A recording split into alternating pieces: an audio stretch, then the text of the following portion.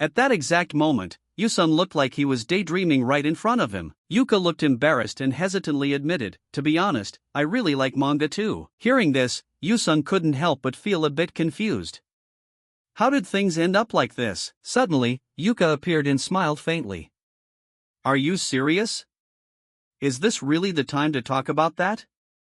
"I'm serious." Then the image of Kami appeared. His heart started pounding, and a wave of disgust gradually spread through his core. "I just want to live a normal life." Next, XAXA's face surfaced in his subconscious. She showed up looking confident and declared, "But the thing I've recently started liking is over here." You're still in shock, but why? Right at this moment, an arm suddenly pointed straight at Yusung's face, immediately followed by a piercing scream. "Hey, look, that's Kim Yusung." In that instant, only one vague question remained in his mind. How did it end up like this? Back in reality, the heart rate monitor suddenly started beeping frantically, and immediately after, a barrage of shouts echoed from the side. Doctor, Yusung is awake." At the same time, Yusung blankly opened his eyes and looked around at the unfamiliar surroundings. "Where am I?" Right at this moment, the doctor approached and asked anxiously, "Can you hear me?" Student Yusung can barely make a sound, "But I can hear you." The doctor continued asking questions. "Do you know who you are? Do you remember what happened before the accident?" Yusung's throat was parched, and fragmented memories flooded back like a bursting dam. "Me?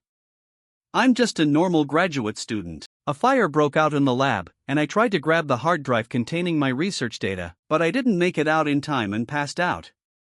Thinking about this, he blankly looked around.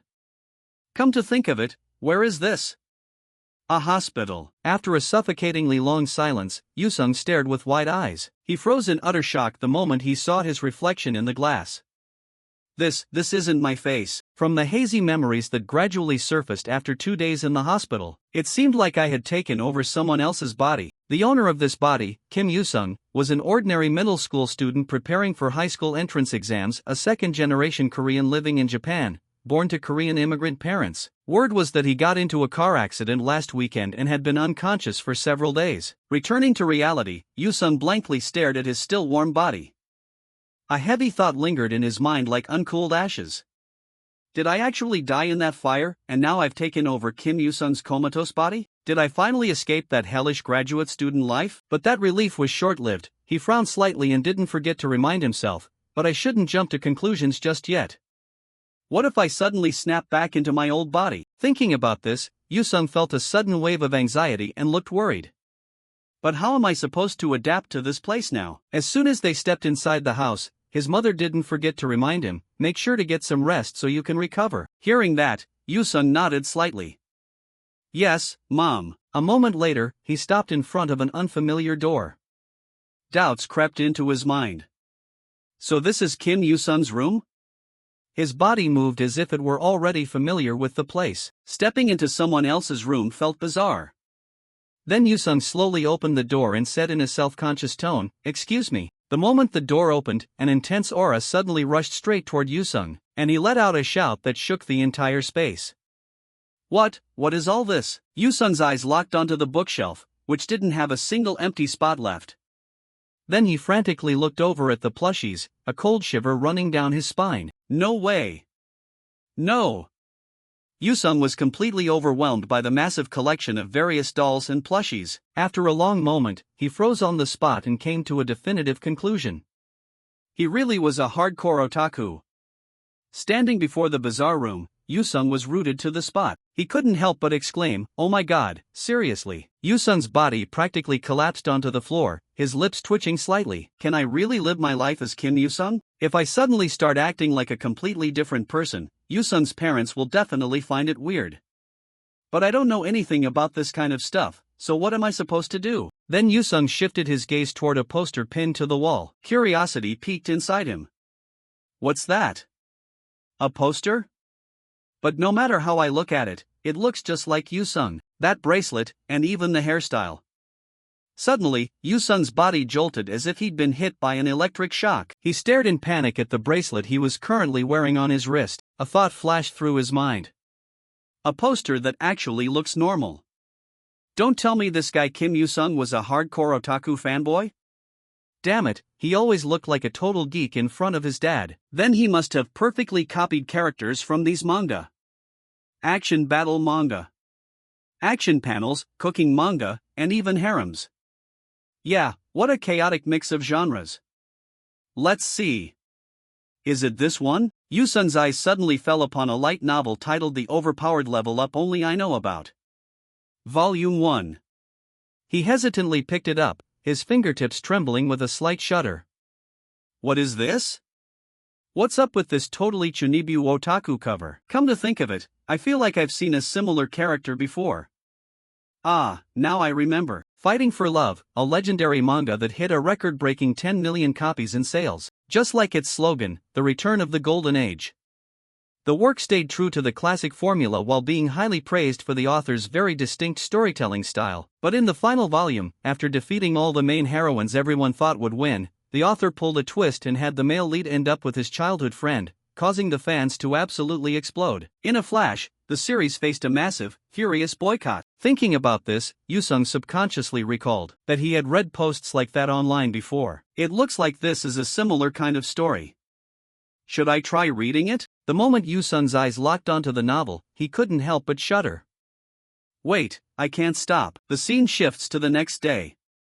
Yoo-sung couldn't stop yawning widely over and over. At this point, he had to nod and admit it was way better than he thought. Then he just kept reading the other volumes and stayed up all night. At the same time, his mother turned to remind him, Yoo-sung, if any customers come in later, please help me take their orders. Without a second thought, Yoo-sung bowed slightly and replied in his usual respectful tone, your humble subject obeys your command, my creator. Yes, Mom. Hearing this, she let out an amused laugh. My son is exactly the same as always. I'll be out for a bit. Seeing this, he couldn't help but marvel.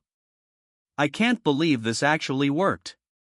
Just how on earth did you live your life, Yoo-sung? Reality was harsh, but being the son of a barbecue restaurant owner was honestly perfect for hitting protein goals. Right at this moment, the sound of footsteps echoed. Yoo-sung immediately turned around. Welcome, valued guests. The moment he saw them, he froze involuntarily, his eyes locked onto Ryuji. Why do I feel like I've seen those people somewhere before? Off to the side, Ryuji looked annoyed. Yuka, stop clinging to me so tightly. She nonchalantly replied, what's the big deal? People will just think we're close siblings. Yuka suddenly stepped even closer, a smirk playing on her lips. I'm going to feed you today, so you can't run away. Ryuji. Hearing this, he looked flustered. That's not a good idea. At the same time, Yoo-sung snapped out of it and turned around. Ryuji, wait, don't tell me that's Ryuji Sakamoto from Fighting for Love? Thinking about this, Yoo-sung felt even more dizzy. The scattered pieces of memory slowly came together into a complete picture. Hold on, so this isn't just a regular possession? Every vague thought suddenly struck his mind like a storm. Could it be that I've been transported into a novel? Alright, let's calm down and piece this together. I was originally just a normal graduate student who got trapped in a fire and lost consciousness. When I woke up, I had taken over the body of a boy named Kim Yoo-sung, and it looks like Yoo-sung is a minor character in the manga Fighting for Love. To put it simply, I've been transported into a character in a book. The Overpowered Level Up Only I Know About, Volume 1. The book transmigration manga that kept me up all night reading. The problem is, I've never actually read Fighting for Love. I only skimmed through a few posts online. Transmigrating into a novel is when the main character enters the world of a book they've read or written and takes over a character inside. Then, they use their knowledge of the original plot to overcome crises and steer the story forward. Meanwhile, Yuka was nonchalantly acting cute. Say ah, bro. Seeing this, Ryuji awkwardly declined. Yuka, cut it out. I can eat by myself. Back to Yoo-sung. He blankly realized that in this case, he didn't have any kind of advantage at all. No, think about it carefully. Even if this is a fictional world, it feels no different from reality to me. Since this is a harem genre, the world probably won't face total destruction anyway. Therefore, I just need to avoid getting involved with the main character, Ryuji Sakamoto. Turning back to Ryuji, he awkwardly backed away. I'll eat, so please just sit still. Yusung's eyes remained locked on him. A plan gradually formed. If I do this, I'll be able to live a peaceful life as an extra. After that, I lived an extremely busy life. First, I read through every single book in the room so I could act like Kim Yusung, and I even chopped off that Shinibya hairstyle. I intentionally registered for a private school far away from my old school district. I ranked first in the entrance exams and received a full-ride scholarship, awarded for outstanding academic achievement. After all, I was a graduate student in my past life. After enrolling, I even joined the student council, and I gradually shifted my personality, using puberty as an excuse. Even so, the reality of being stuck in this body didn't change. A few days later, Yusung couldn't help but let out a sigh. In the end, I really have to adapt to this life. What should I prepare for the possible future? As expected, studying, saving money, or investing in stocks, jewelry, commodities, and real estate. But wait, I don't have any money. Maybe dumping all my part-time job earnings into stocks is a bit much. Or maybe I should work out. Muscles are a highly critical factor in life, you know. Physical fitness is national strength. Even if this is a harem world, it's always better to be prepared, right? Right after that, Yusung trained like a madman. He kept counting his reps, 10, 11. Next to him, the trainer stepped closer. 1, 2, 3, 4, just one more rep. Meanwhile, Yusung couldn't help but marvel. Working out is honestly amazing, it's way too much fun. Graduate students love activities with clear cause and effect relationships, combined with the rapid muscle building effects of newbie gains. And as time flew by, the scene shifted to a school. Shortly after, a male student slowly walked onto the school campus. His appearance caused thousands of eyes to follow his every move. The male student stood silently in front of the bulletin board, a faint smile playing at the corners of his lips. Right then, the male student glanced off to the side. "You're here early, huh? Yusung, which class are you in?" Yusung replied in a deep tone, "I don't know yet. I finally made it safely to my second year." At this moment, the school was dyed in a shade of pink by the blooming cherry blossom trees. At the same time, Yusung casually walked into the school. He couldn't help but marvel. Just like that, I'm already a sophomore.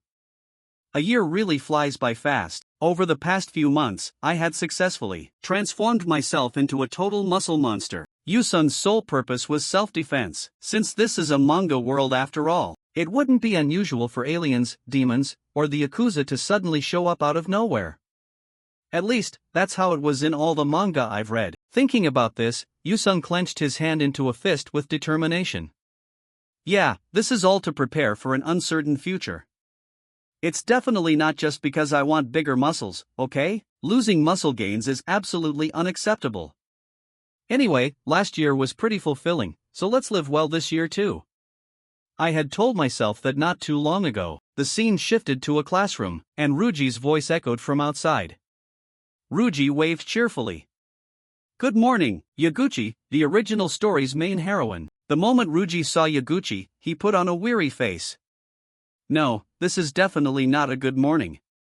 Hearing this, she looked slightly confused. What? Did something happen today? Ruji Sakamoto, the original story's male protagonist. At the same time, Yusung tried to make himself as small as possible. However, his mind was already in turmoil.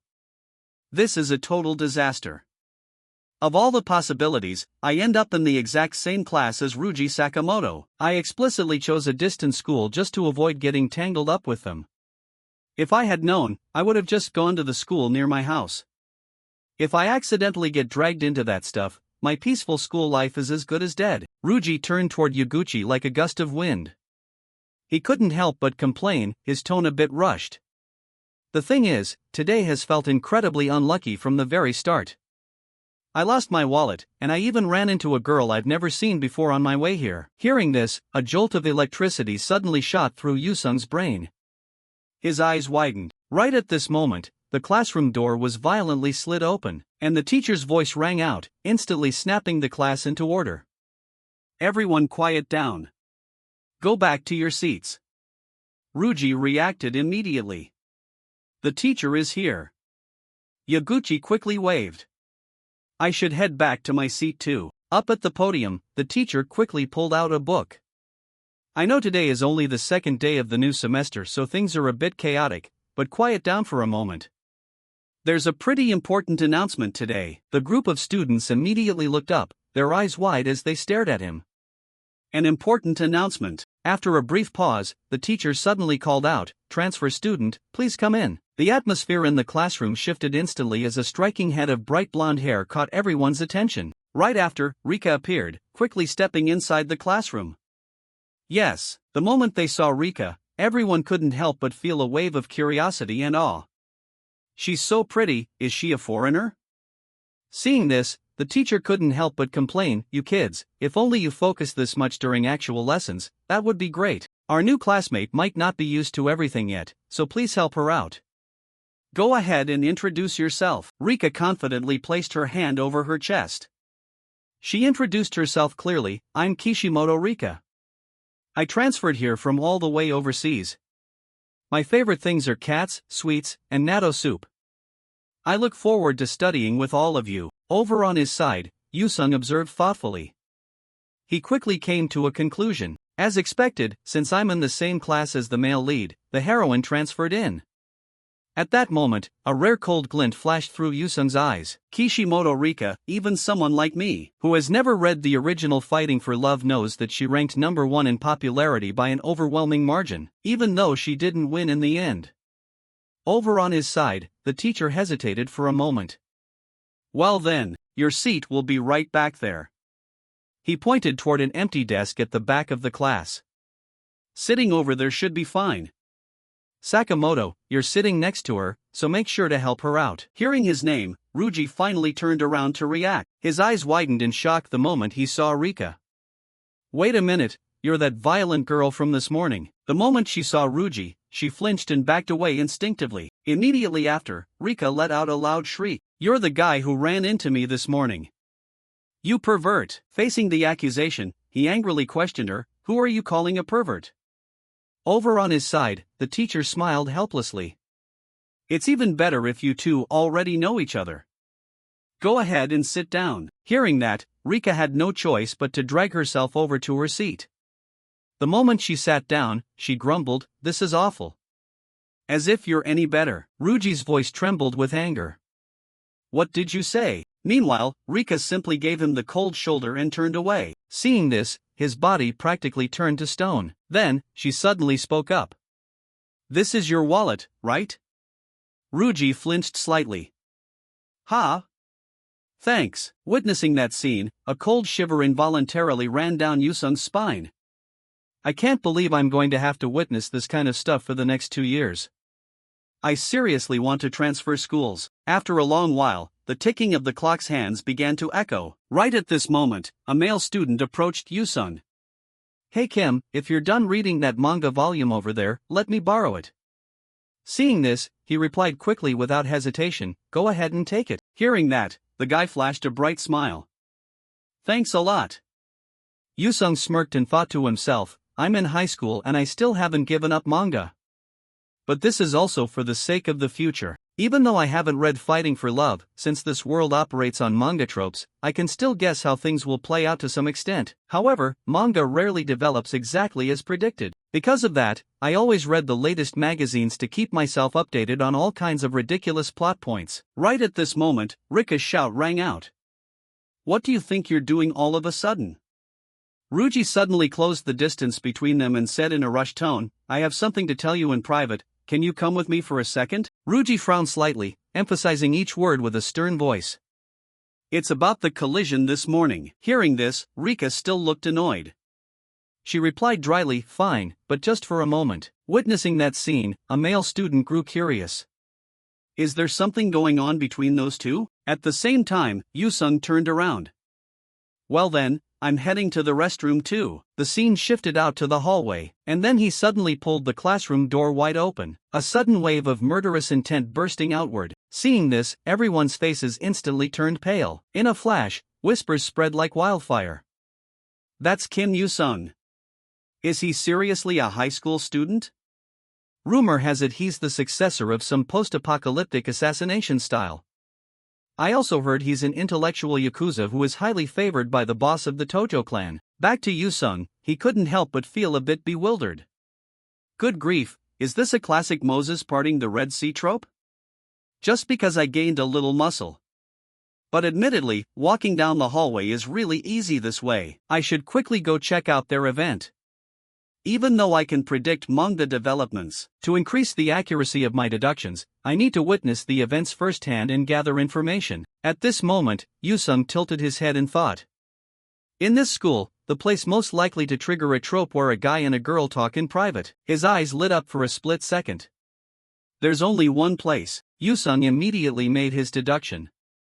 Let's go, behind the school building. In a different development, Ryuji suddenly bowed flat at a 90-degree angle. He practically shouted, "I'm sorry, I didn't mean to." Yusung paused slightly, his gaze shifting sideways as if he couldn't believe that overly serious bow. That deep bow, what on earth is up with that apology? I can't believe he's actually doing such a cheesy posture.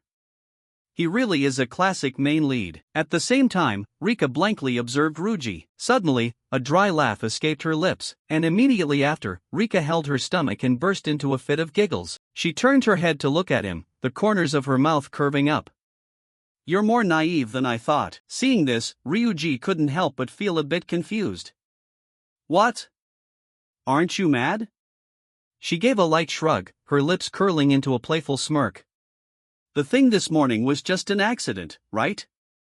I'm not the type of girl who can't understand that." Hearing this, he became even more flustered. "Then why did you react like that earlier?" Rika nonchalantly replied that she just found his panicked face amusing and wanted to tease him. Hearing this, Ryuji looked infuriated. "You're really something." Yusung's eyes locked onto Yuka Sakamoto, who ranked first in the popularity polls thanks to his bright personality, and that first meeting event with the male lead. This really is a classic textbook opening. Right at this moment, a cold and clear voice suddenly rang out. The gaze was directed straight toward him. Kim Yusung, Kumi Miko had unexpectedly appeared. She lowered her voice. "What is the great secretary of the student council doing crouching over there? Don't tell me you're doing something as disgraceful as hiding away to peep at female students." Seneku Mik, the descendant of a prestigious clan and the student council president who held an unsettling amount of power. In other words, she was the quintessential rich girl antagonist archetype. Yet despite that, she was a pitiful character who got completely kicked off the popularity charts in the original story. In reality, she was treated as a secondary female character used as a foil or a comedic rival character, but even as a supporting character, she was still a main heroine. To me, that meant she would definitely get involved with the male lead, Ryuji, in one way or another. That's why, right at that moment, Yusung casually held out a tree branch in front of Kumiko. He replied quickly without hesitation, "I was just looking at this branch, I thought putting it in the student council room would look nice." Inside, Yusung told himself that to live as a normal extra, the key was to look completely ordinary. She stared intently at the branch with a half-believing, half-doubting look, then tilted her head as if confirming what she just heard. "You want to put something like this in the student council room?" After saying that, Kiko raised her head to look straight into his eyes, only to be seen reaching out her hand toward the branch. Kumi fell silent for a moment and then relented. "But if the secretary went through the trouble of choosing it, I will place it in the student council room to acknowledge your thoughtfulness." Hearing that, Yusung nodded slightly. "Thank you." He couldn't help but marvel. He had just blurted out a random excuse to fix the situation, but it actually worked. Yusung curiously turned to Kiko. "By the way, what brings you here? Since it's the start of the school year, you must be busy, so it's rare to see you around." She smiled faintly and replied quickly, "I was planning to grab a bite with the student council members to socialize, and I am specially permitting a secretary like you to join us. Being isolated by other students because of your terrifying appearance must be tough, after all. Now, let's get going. If we're late, the cafeteria will run out of seats." Then suddenly, Yusung spoke up. "We're going to the school cafeteria? There probably isn't a single dish there that suits the president's taste." Kumi Miko immediately turned back around, a smirk playing on her lips. "You're severely underestimating me. Do you think I am ignorant of commoner food culture? That spicy stir-fried pork rice bowl at your family's place last time was actually quite delicious, unlike what those ignorant fools would make. I am someone who understands commoner life very well. I can perfectly eat food of that casual level." Yusung paused slightly, his eyes narrowing a bit as a thought crossed his mind. It felt like she was subtly insulting his family's restaurant. though the meat that day was admittedly grilled to absolute perfection. It was hard to believe coming from someone who usually only knew how to cut down harmony in the student council room. After a moment of silence, he didn't forget to remind her, "I'm sorry, but the school cafeteria doesn't sell spicy stir-fried pork rice bowls." Kumi whipped around in shock. What was that? What do they sell then? Yusung quickly shot back, "There's a similar dish called oden." She repeated the name in her head a few times, her expression gradually souring. Oden, oden. I feel like I've heard of it before. It just sounds completely wrong somehow. This name sounds so blunt, it's like junk food. What am I supposed to do? Do I really have to eat that stuff? Seeing this, he looked a bit helpless. Hadn't she just said she was different from those ignorant fools? In the midst of this, Ryuji's voice carried over. "My lady, there you are. You suddenly vanished without a word, so I've been looking for you for a very long time. I know the class period is about to get cold, so let's head back quickly." Adi, the vice president of the student council and Kumiko's trusted personal guard, his gaze suddenly collided with Yusung. "Are you Kim Yusung?" At this point, Adi's tone completely changed. "So that's how it is. Kim Yusung, you completely lack any sense of belonging to the great student council." Facing the barrage of accusations, he frowned slightly. "What on earth are you talking about? Showing up out of nowhere and shouting?" Adi angrily practically screamed, "Because you almost never come to the student council room, our pitiful lady skipped her entire meal just to go look for you." Turning back to Yusung, he put on an expressionless face and repeated, "Pitiful lady, skipped her entire meal?" Kumi immediately blushed, her voice shooting out fast and sharp. What on earth are you saying? When did I ever look sad?" Without waiting for her to react, Adi continued to press on, his gaze directed toward him. "Please don't stop me, I cannot continue to stand by and watch this guy act arrogant toward the lady." Seeing this, Kumi shouted loudly, "I already told you that's not it." He placed his hand over his chest and declared, "I, Adi, who has served the Senshi family for many years, am ready to sacrifice my life for the lady." Sensing the critical situation, she hurriedly yanked Adi's arm. "All right, I get it, let's head back right now. You just said you knew the class period was about to get cold." "Secretary, my apologies, we'll eat together some other time." Before leaving, he didn't forget to drop a threat. "Kim Yusung, you bastard, if you make the lady sad, the AD family will not let it slide." Yusung remained standing still, watching them walk away, his eyes blank and laced with a hint of bewilderment. What the hell is actually going on here? Later, the student groups began to disperse after school, and the scene shifted to the subway station after classes. Right at the center, Yusung stood frozen in place like a statue. At this moment, a thought echoed in his head. Today, as the main character's events begin, it can be considered the true start of fighting for love. Thanks to my muscle-building efforts, everyone avoids me now except Sakamoto. The person who used to be in the same first-year class as me, and even the male lead Ryuji. As long as I keep staying quiet like this, there's no reason for us to get involved with each other. Thinking it over, Yusung smirked. As expected, body size is the ultimate truth, whether in Korea or Japan. Thank goodness I diligently hit the gym. A female student next to him stared with wide eyes. Is he a high schooler? He looks more like a yakuza. Yusung's eyes locked onto the notification on the electronic board, and he muttered quietly, "There are still 10 minutes until the train arrives." A moment later, Yusung quickly went to buy a can of soda. He popped the tab open quickly, while happily thinking to himself, while the main characters are tangled up with each other, the plot will progress on its own. I just need to live like a normal extra. Thinking up to this point, Yusung let out a soft chuckle. Everything is going very smoothly, when suddenly he felt a warmth close by right next to him, and Rika unexpectedly appeared. She stared curiously at Yusung. "You're Kim from my class, right?" It's me. The transfer student from today, Rika." The moment he saw Rika, he flinched and stepped backward. "Why is she here?" On the opposite side, Rika put on a forced smile. "I was just worrying about what to do, luckily I ran into you." After saying that, Rika suddenly leaned her body toward Yusung. "Yusung, can I ask you something? Do you know how to get to this place?" He blankly stared at Rika for a moment, then curiously asked quickly, "I know. But more importantly, how do you know my name?" She nonchalantly pointed at the name tag on Yusung's shirt. "That part is already completely obvious." Rika smirked slyly. "It's written right here, Kim Yusung." Hearing this, he froze on the spot, internally cursing himself. "Ah, my name tag, I completely didn't think about it at all. Seeing the frozen expression on Yusung's face, Rika couldn't help but burst into laughter. She tilted her head to look at him and stated with absolute certainty, "You really are a good person, Yusung." "I knew it." Yusung stood still, his gaze fixed completely on Rika, his eyelids blinking slowly. "She thinks I'm a good person?" His eyebrows furrowed, his mind in total turmoil. "What is she talking about?" After a long while, Yusung curiously asked back, "What do you mean by I knew it?" Rika replied quickly without hesitation, "Exactly what it means literally. You really are the type of person I thought you were."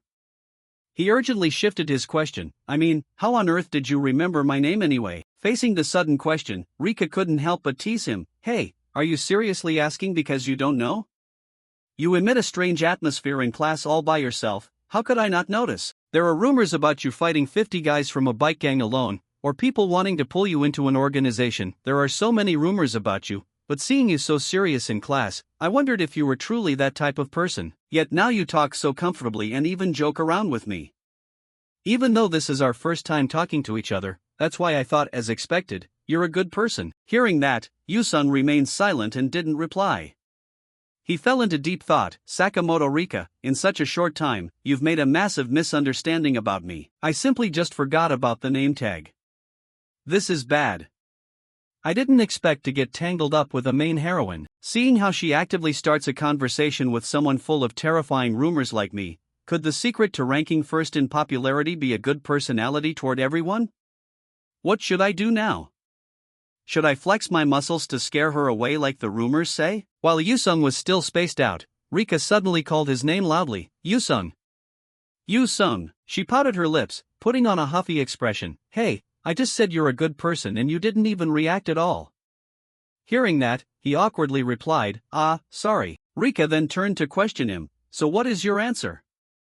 Yusung hesitantly asked back, "Thanks for the compliment." At this moment, the corners of her mouth involuntarily curved upward. Ultimately, Rika suddenly looked straight into his eyes, while declaring, "The classmates are just misunderstanding you, but I think one day they will realize your true self. They will understand those scary stories are just rumors.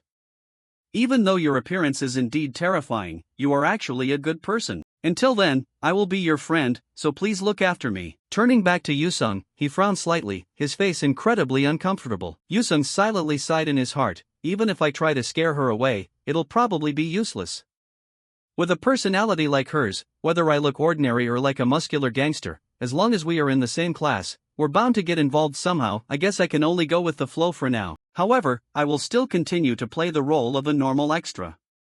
Yusung adjusted his posture and looked straight at Rika with a cold gaze. "I look forward to it too." Hearing that, Rika opened her mouth and let out a chuckle. "All right, over here." Yusung thought to himself, it had no effect. As if suddenly remembering something more important, Rika quickly thrust her phone in front of his face. "Ah, right, I forgot I meant to ask you this. Yusung, do you know how to get here? This is the new house I just moved to, but the train lines are so confusing that I don't understand anything at all." He tilted his head to quickly read the address line. Hearing the name of the location, Yusung was a bit bewildered. If it's that district, it's a wealthy neighborhood full of high-end luxury villas. Does Rika have a rich girl setting? After a brief silence, he quickly switched to a calmer tone. "If it's this place, it's close to my house, you can just take the same train line with me." Rika's eyes instantly lit up, her previous tension vanishing, replaced by a very natural look of joy. "Really? I knew asking you was the right choice." Then suddenly she froze, and curiously asked quickly, "Oh, your house is near mine?" Yusung quickly replied, "Shino Station, it's only one station away." Hearing that, she flashed a bright smile. "That's such a surprise, our houses are that close, we must really be fated to meet." Yusung instantly tensed his shoulders slightly. "Wait, that's a bit problematic.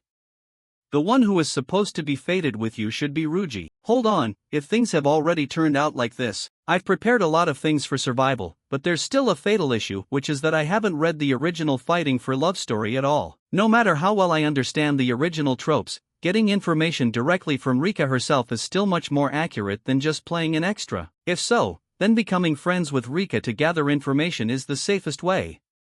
And if a problem occurs between the two of them, maybe I can even give some advice." Thinking up to this point, Yusung quickly came to a conclusion. Meeting Rika is a danger. The corners of his mouth smirked slightly, his mind thinking to himself, Getting help from a classmate is also a very common plot point in stories. This level of change probably won't heavily affect the flow of the main plot. Recalling a few minutes ago, Yoo-sung directed his gaze toward Rika. Do you want something to drink? I'll buy it for you. She looked surprised. Really? Yoo-sung quickly replied, consider it thanks for becoming my friend. Hearing that, Rika giggled, then I want a cola. The moment she received the can of cola, she tilted her head back and drained it in one gulp. Then Rika exhaled softly, carbonated drinks really are the best. Yoo-sung turned to look at her intently. You really like cola, huh? Rika paused for a beat and then shook her head gently. Not to that extent, it's just been a while since I've had any. For a period of time, I had to take care of my body, so I wasn't allowed to drink it. At this moment, he blankly repeated the previous phrase, take care of your body? Then suddenly Rika brought her phone in front of Yoo-sung's face. Here are Rika's fashion photos, believe it or not. Before this, I used to model for a fashion magazine back in my hometown. When you're a model, taking care of your body is a must. Yoo-sung narrowed his eyes slightly to look at the picture one more time, then silently compared it with Rika. She looks so different from real life, must be the makeup. She immediately reacted, hey, that's not true. Suddenly an announcement chime rang out, the train was about to enter the station. Yoo-sung immediately reacted, the train is here, let's go. Hearing that, Rika angrily questioned him, where do you think you're going? Changing the subject out of nowhere. After a long while, the electric train sped quickly through a tunnel, and at the same time, dozens of eyes directed toward Yoo-sung, whispers breaking out, hey, see that? That guy looks like a real yakuza. Shut up, old man, if he hears us, we're dead. Along with that, a few glances from the surrounding people made Yoo-sung instantly feel the atmosphere change. Someone whispered, hey, he's looking this way, don't make eye contact with him. The person next to him murmured softly, he's so scary that I don't even dare to get on the train. Rika tilted her head to look at him, walking with you does have its perks. Hearing that, Yoo-sung felt slightly helpless, this isn't a perk, it's clearly a disadvantage. Then she pointed at the electronic map, then let's take our time to find the way. Right after that, he pointed in a direction, this way, go straight in the back. Rika looked confused, wait, I have to memorize the route too. But where is this anyway? Seeing this, Yoo-sung coldly turned around, hurry up or I'll leave you behind. Hearing this, she pretended to complain, so cold, Yoo-sung. Later, the notification bell rang out, the train doors were opening. Yoo-sung didn't forget to remind her, 2 more stations, I'm getting off here. Hearing that, Rika quickly replied, alright, thanks for today. Just as he was about to leave, she suddenly called out, Yoo-sung. Immediately after, Rika waved, see you tomorrow. The announcement rang out again, the doors were closing. Turning back to Yoo-sung, he blankly looked toward the electric train, anxiety beginning to manifest in his heart. Tomorrow too? Why? In a flash, the next day arrived, the notification whistle blew indicating it's lunchtime.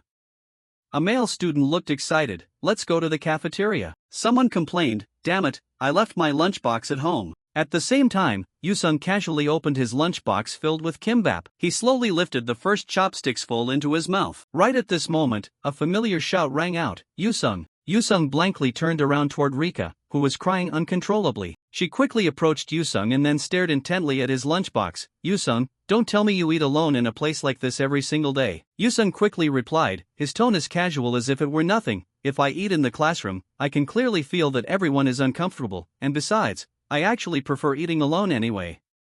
Hearing this, she immediately countered, but even so, shouldn't we eat together? And why are you sitting and eating right next to the garbage disposal anyway? Seeing this, he reassured her, I find it more comfortable here. Besides, the other classmates just need more time to understand me, so don't worry too much. And didn't you say that one day everyone would see my true self? So I just need to wait quietly. This guy really knows how to survive and live well on his own. On the opposite side, Rika looked slightly smug, even so, I still don't think you should be alone, Yoo-sung. Saying up to this point, her eyes suddenly collided with the lunchbox in Yoo-sung's hand. Those were kimbap pieces neatly arranged. Her eyes locked and then lit up when she saw a familiar yet unfamiliar dish. What is this? Ah, wait, isn't this Korean kimbap? This is the first time I've seen it in real life. I've only ever seen it in Korean dramas. Now I finally get to see it for real. Can I try one? Yoo-sung looked at her for a moment and then sighed softly, sure. She really stops crying fast. Rika reacted immediately, a smirk playing on her lips. Come on, why the surprise? Did you think I was going to cry forever? Yusung is quite funny today too. If you don't mind, let's keep having lunch together from now on. He paused slightly and then answered right away, his voice calm but somewhat decisive. Sorry, but I can't bring kimbap every single day. Hearing that, she immediately shouted, Hey, I'm not doing this just for the kimbap, okay? Yusung silently exhaled in his heart. For some reason, he and Rika had become quite close, and furthermore, her personality was brighter than he thought, so there was almost no awkwardness at all. She truly is the #1 character on the story's popularity chart. On this side, Rika swiftly picked up the first kimbap piece and popped it into her mouth. She chewed a bit and then nodded with complete satisfaction as if enjoying something that far exceeded expectations. This is really delicious. So the rumor about your family opening a Korean restaurant is true? Yusung replied nonchalantly, It's just regular kimbap, nothing special. Anyway, thanks for enjoying the food. Rika smiled faintly, while not forgetting to remind him, Make sure to tell your mom that I really love the meal. Do you want some strawberries or apples?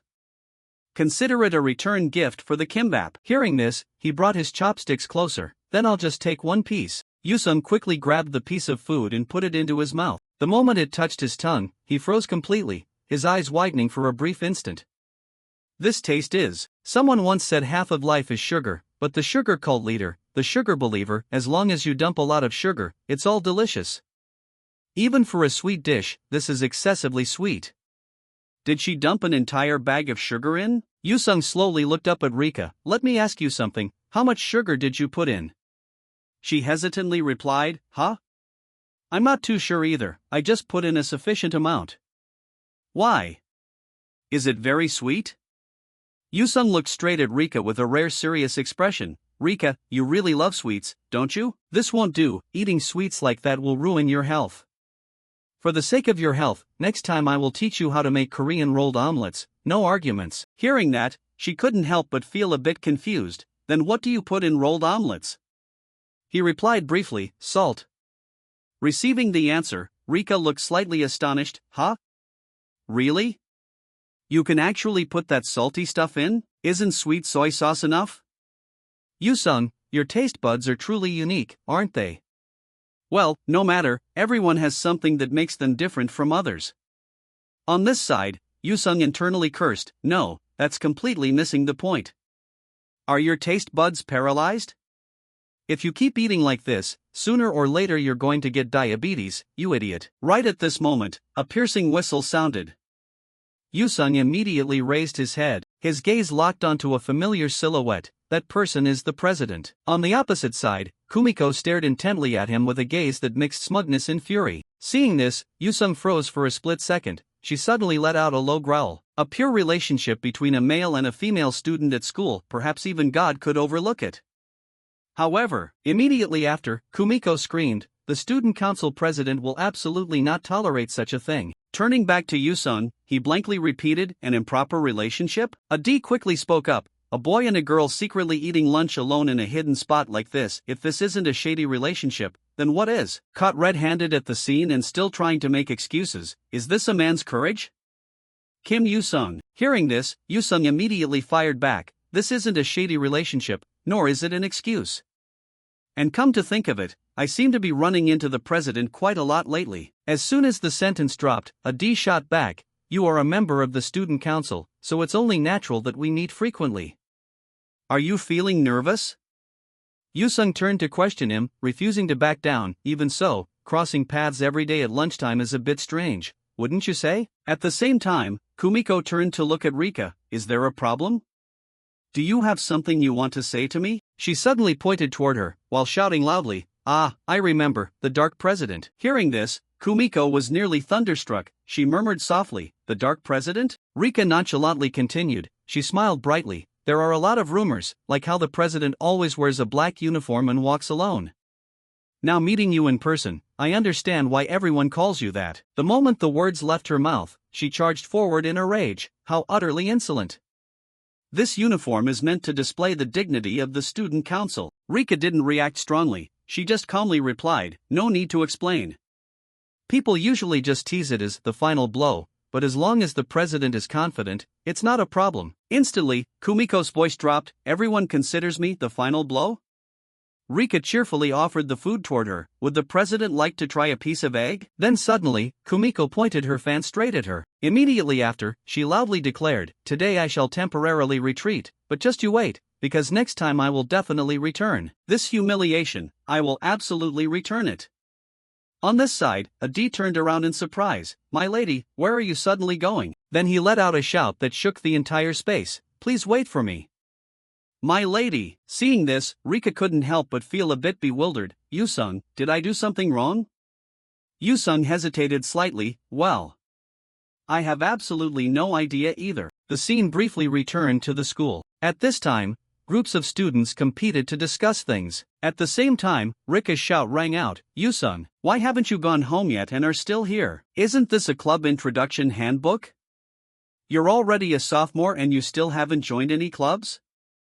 Yusung quickly explained, "In my first year, I was too busy with the student council so I didn't have time, but now that it's less hectic, I'm thinking about joining a club." Hearing this, she excitedly made a proposal. "If that's the case, want to go check out some clubs with me after school starting today?"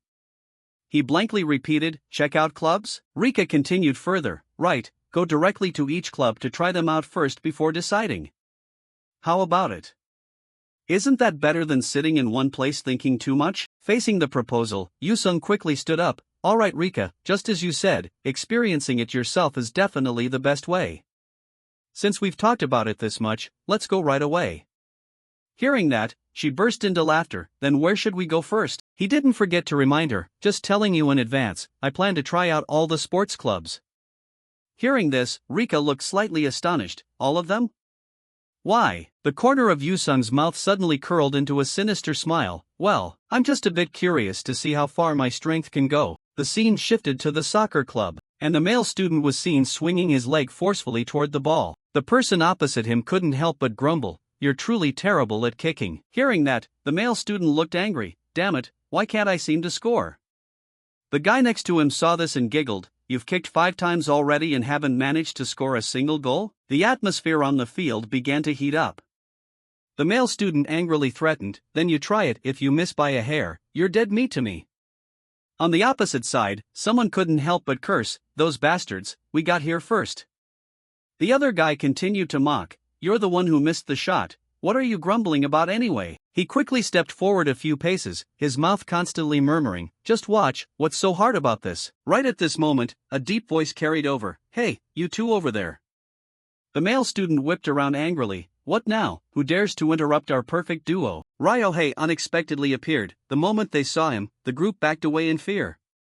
"You are." Ryohei glanced at the two of them, while making a proposal. "We also need to use the field, would you mind stepping aside?" As soon as the words left his mouth, they gulped in unison.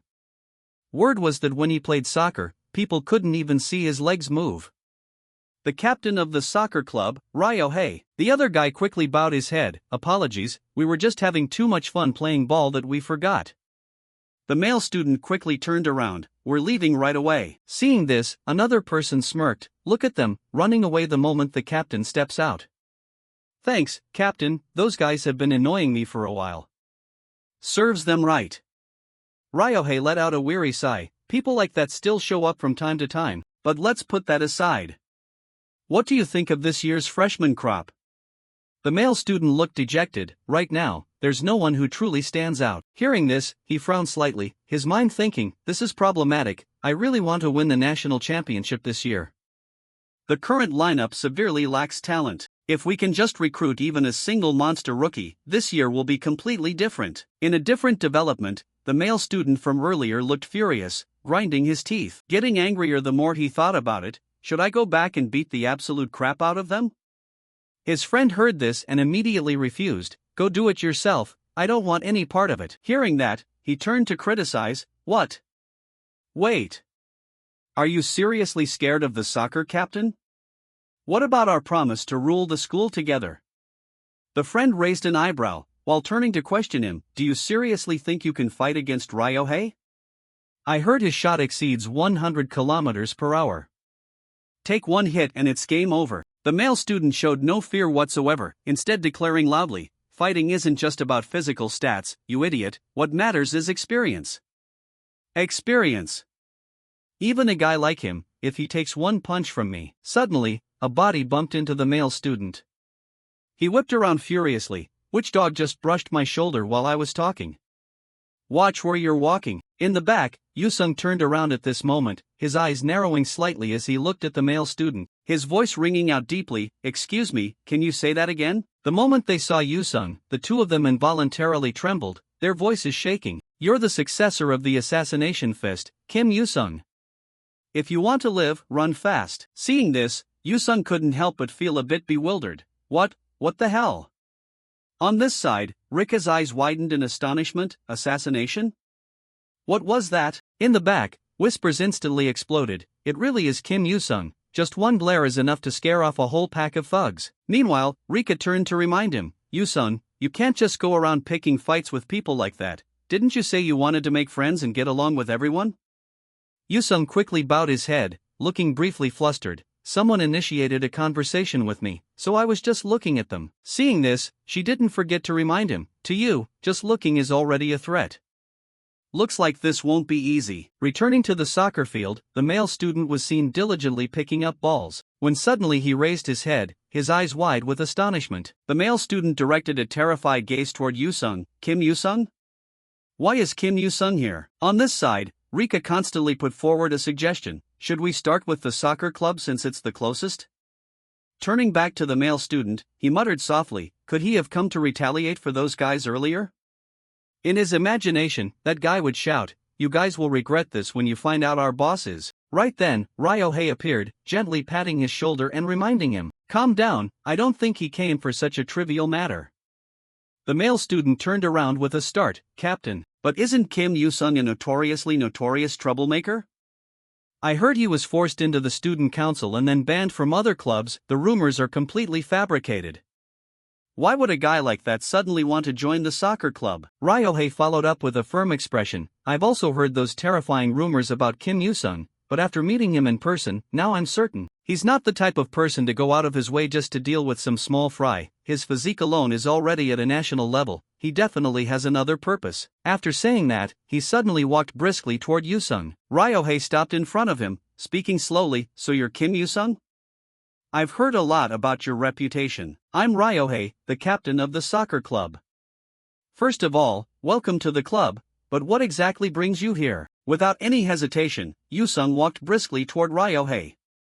He declared loudly, I want to try joining the club. What do I need to do? The moment he faced Yusung, he couldn't help but feel a bit bewildered. What is this?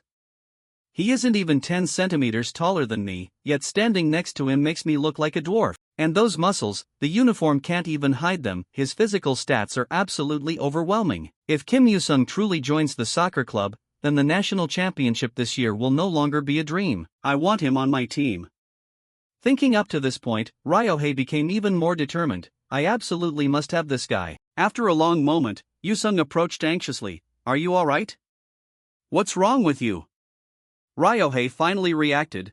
Sorry, let me explain the admission test. A moment later, the ball was brought right before his feet. On this side, he gave serious instructions. It's simple, stand at the penalty spot and kick the ball as hard as you can into the goal. You only get one shot, so give it everything you've got. Hearing this, Yusung opened his mouth and let out a breath. As hard as I can, huh? Besides, there's only one shot left, so I might as well go all out. Then Yusung suddenly roared, deadlift. Not stopping there, he flexed his entire body and let out a massive shout that shook the whole space, 660 pounds. Yusung slid his leg back, and his toes immediately lunged straight toward the ball. The moment Yusung's foot made contact with the ball, a loud explosion rang out. Witnessing that scene, Ryohei's group was completely stunned. One male student couldn't help but exclaim, that last shot was insane.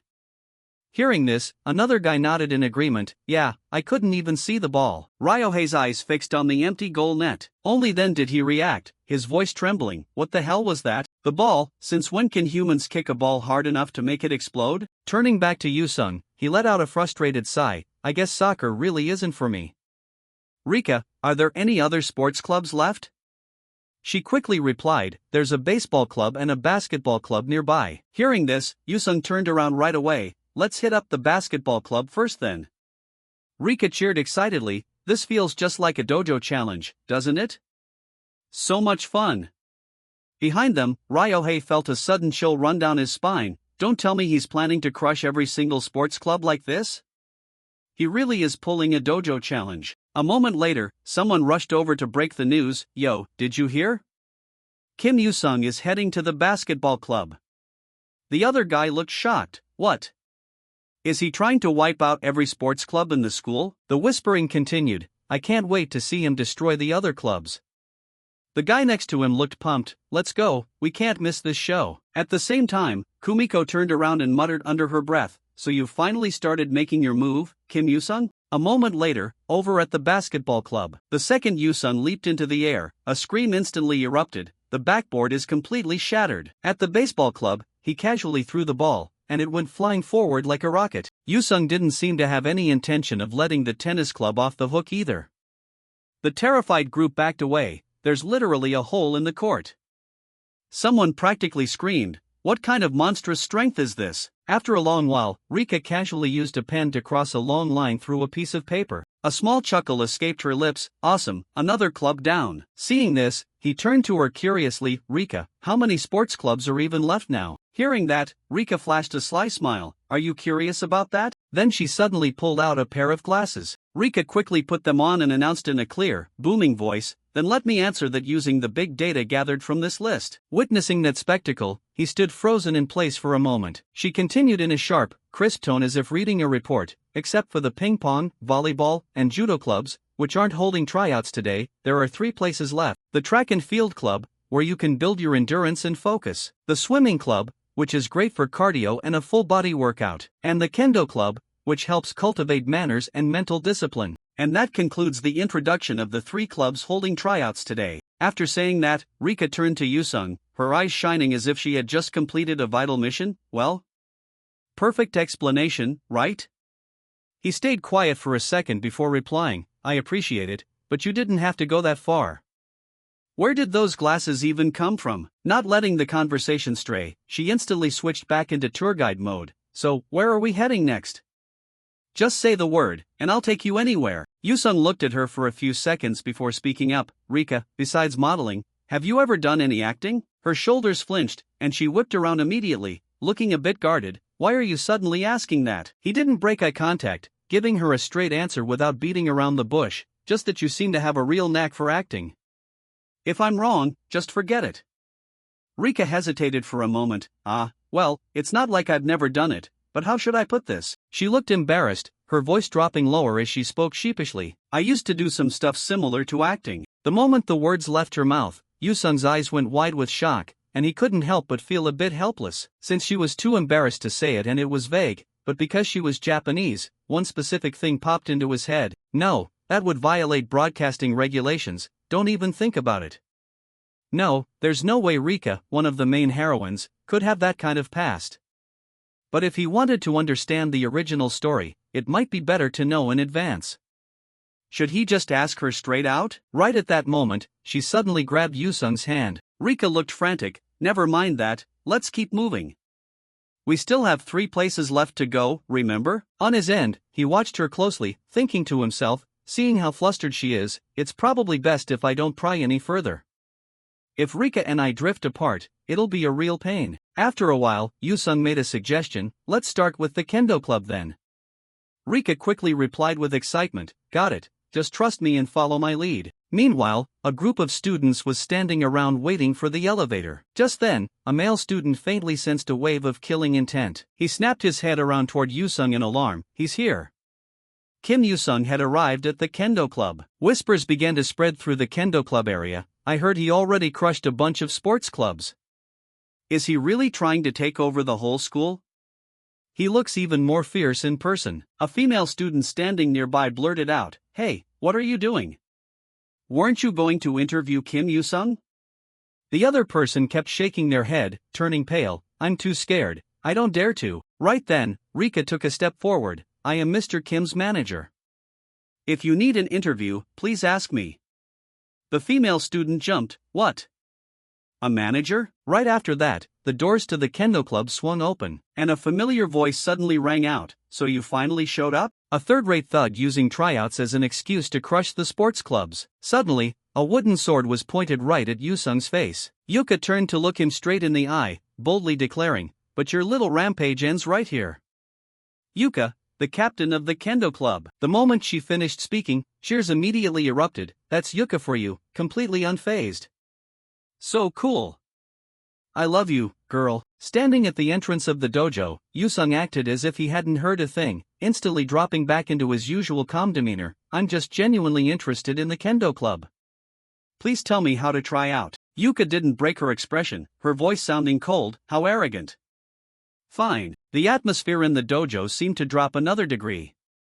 Yuka continued, "A one-point match. Whoever lands the first valid strike on their opponent wins. I'll be your opponent myself. Step into the dojo." Outside, the students started buzzing. It's finally starting. The human weapon versus the kendo captain. Right after that, Yuka's voice could be heard hyping things up. "You couldn't buy a ticket to a match like this. Captain, show him what you've got." Sucks for the kids waiting for Kim Yusung at the other clubs, they're missing out on the best part. Today is the day Kim Yusung's reign of terror ends. Over on her end, Rika stared at Yusung, letting out a soft giggle. "They totally view you as the villain." Right then, Yuka suddenly yelled, "Quiet." A few giggles instantly died down. She turned to the crowd and announced, "This is a one-on-one match between me and Kim Yusung.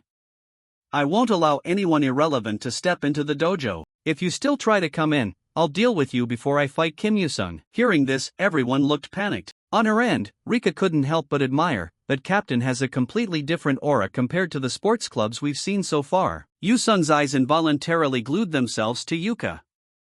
Rika was right. This pressure was no joke. After a brief silence, he didn't forget to remind her, "Rika, wait outside. I'll be right out." Hearing this, she quickly replied, "Yeah, I get the feeling I'll get scolded if I go inside. Good luck." In an instant, the room went dead quiet. Turning back to Yuka, she looked straight into Yusung's eyes. "We'll start as soon as you're ready." "Do you really not need to wear armor?" He answered without hesitation. "It doesn't look like any of those sets would fit me anyway, so I'm fine like this." Hearing that, she had to nod in agreement. "I see, you really are huge. In that case, to keep it fair, I won't wear any either." Seeing this, Yusung didn't forget to give a warning. "Suit yourself, but I won't be held responsible if you get hurt." Yuka immediately raised her wooden sword into the air, letting out a soft chuckle. "Me, get hurt? You're hilarious. It's a shame, but you won't even be able to graze the edge of my clothes. Get ready, Kim Yusung." Right at this moment, the match between Yusung and Yuka began. She lunged straight at him and delivered a downward slash. Seeing Yusung block the attack easily, Yuka couldn't help but comment, "Kim Yusung, for a thug like the rumors say, your skills are pretty decent, but at best, you're just a regular guy who works out a bit more than others. Against a properly trained martial artist, it's completely useless." Turning back to Yusung, his face remained expressionless as he skillfully maneuvered the sword in his hand. The moment Yuka lunged forward again, Yusung quickly backed away. Seeing this, a cold glint flashed in her eyes, an opening. Yusung's fingertips were tightening around the hilt of his sword. Seizing the moment, Yuka immediately swung her sword, knocking the weapon right out of his hand. Facing this sudden turn of events, Yusung stood frozen in place for a second. Seeing this, Yuka smirked with a sneer, "Idiot, you didn't even see a simple feint like that coming." She rushed at him once more. "This is the end for you." Right at this moment, Yusung suddenly reached his hand up into the air, and right after that, a sly smile crept onto his face. Seeing this, Yuka instinctively froze, only to see the sword fall right back into Yusung's hand. Witnessing that, she couldn't help but feel a bit rattled. What kind of absurd fighting spirit is this? Don't tell me your plan was to purposely catch me off guard? He gripped the sword again to counterattack. If she had been even a split second slower, she would have been the one knocked out. On his end, he secretly wondered, why did she back away? Ah, is she going easy on me? Turning back to Yuka, she knit her brows slightly, secretly blaming herself. It looks like I underestimated this guy way too much.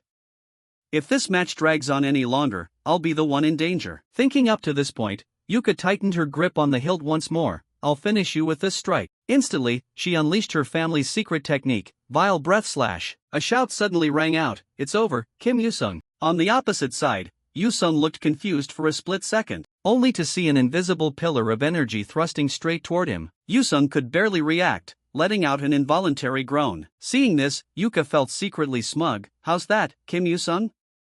The secret technique passed down through generations of my Yuka family.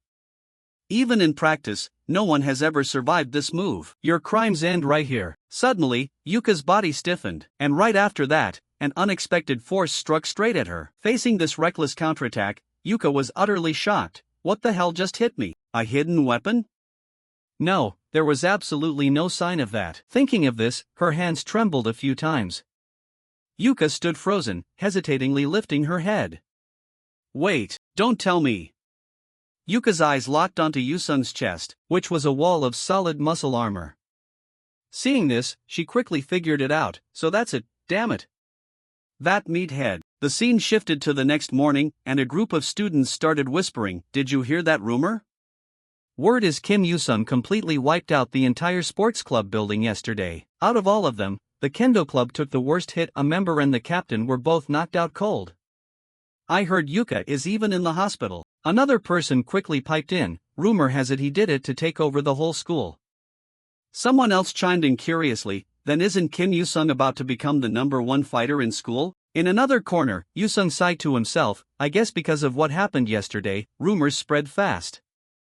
My goal was just to try out the clubs, I didn't expect to be this strong." Is this the character effect of a manga world? At least the good thing is Sakamoto's behavior hasn't changed at all despite the rumors flying around. Since he's the protagonist, things probably won't stray too far from the main plot. At the same time, Sakamoto spoke up in his defense. "What are you talking about?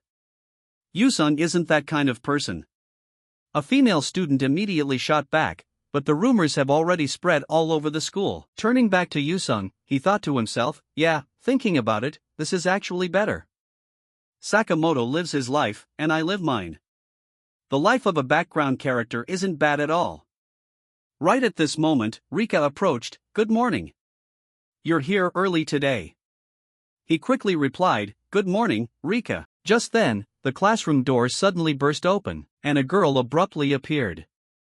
She screamed, "Sakamoto, get out here right now." The crowd turned their heads in confusion toward the girl. Why is she yelling all of a sudden? What's going on? Who is that?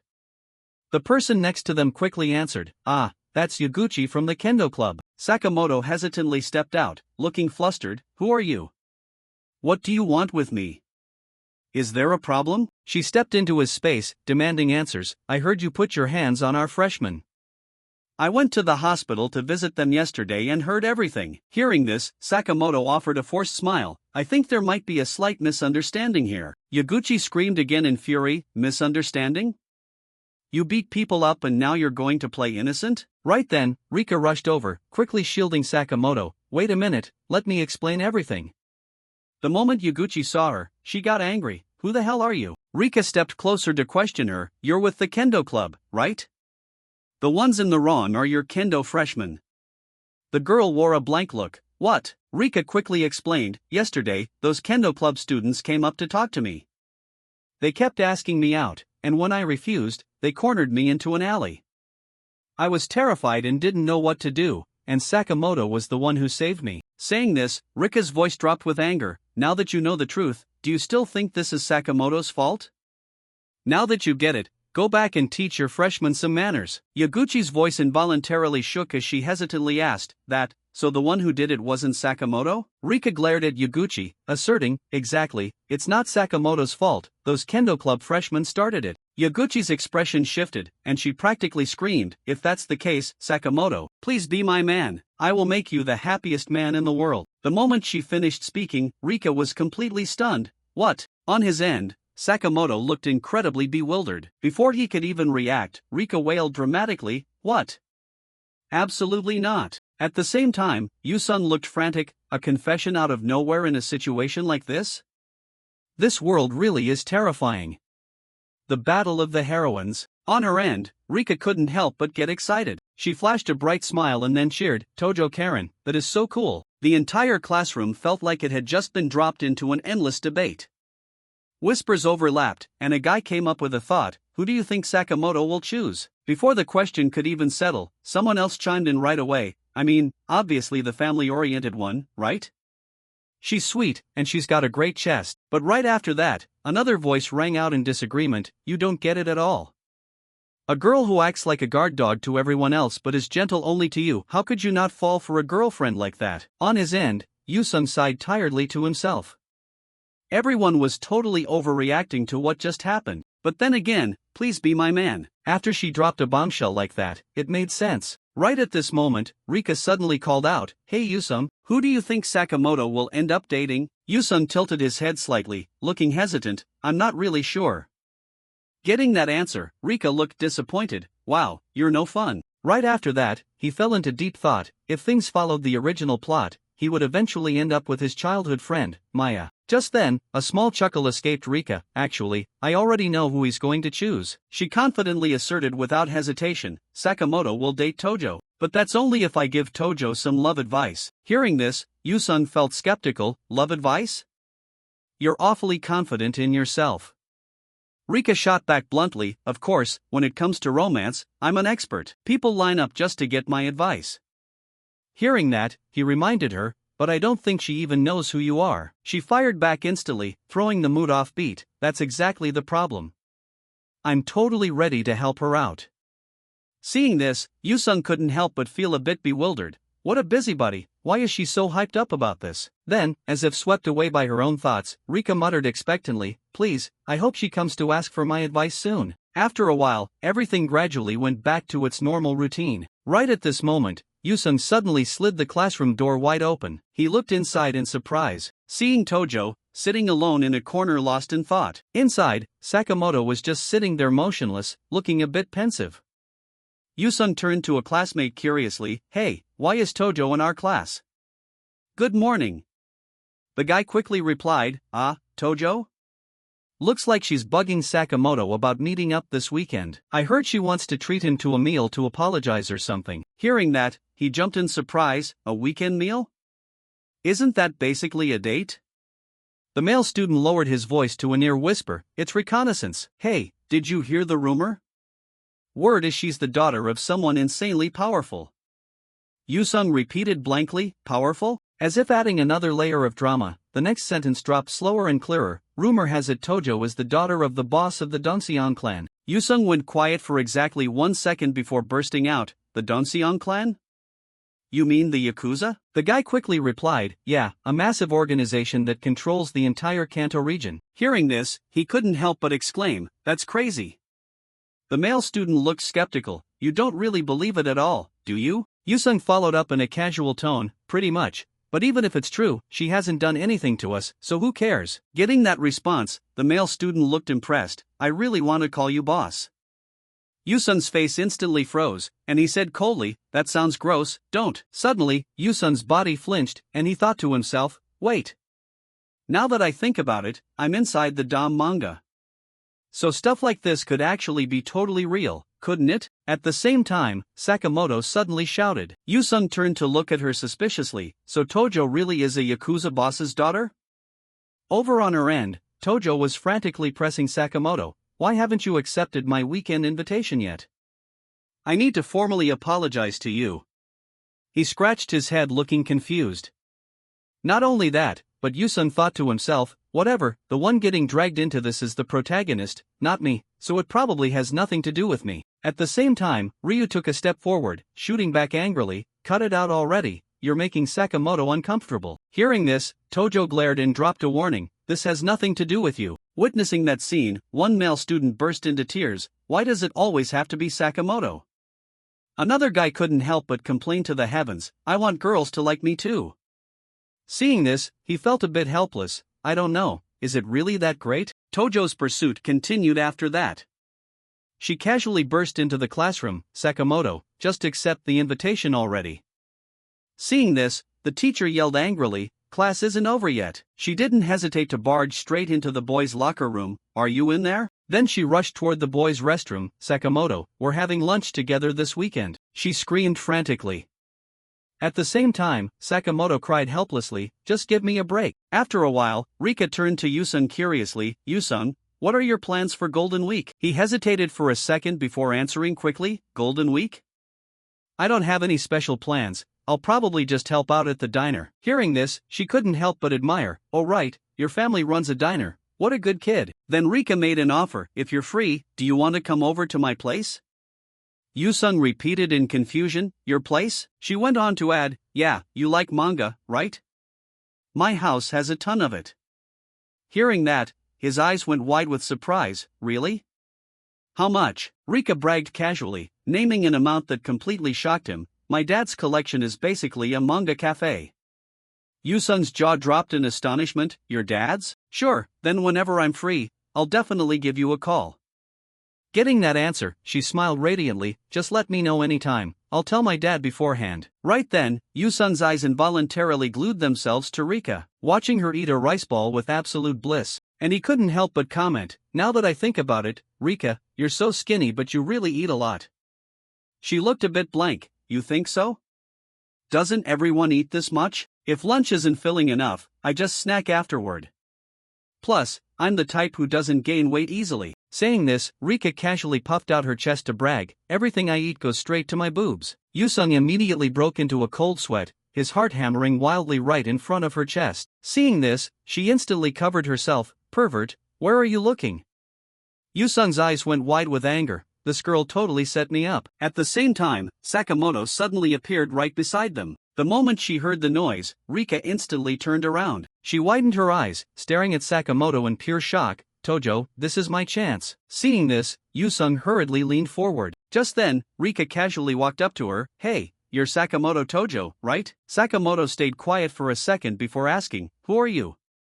She quickly replied, I'm Rika Shimoto. You look like you've had a lot on your mind lately, so I figured I could help. Hearing this, she gasped in surprise. Shimoto? Are you that famous girl? Rika looked a bit surprised. You've heard of me? Sakamoto suddenly got shy, her voice trembling. About dating.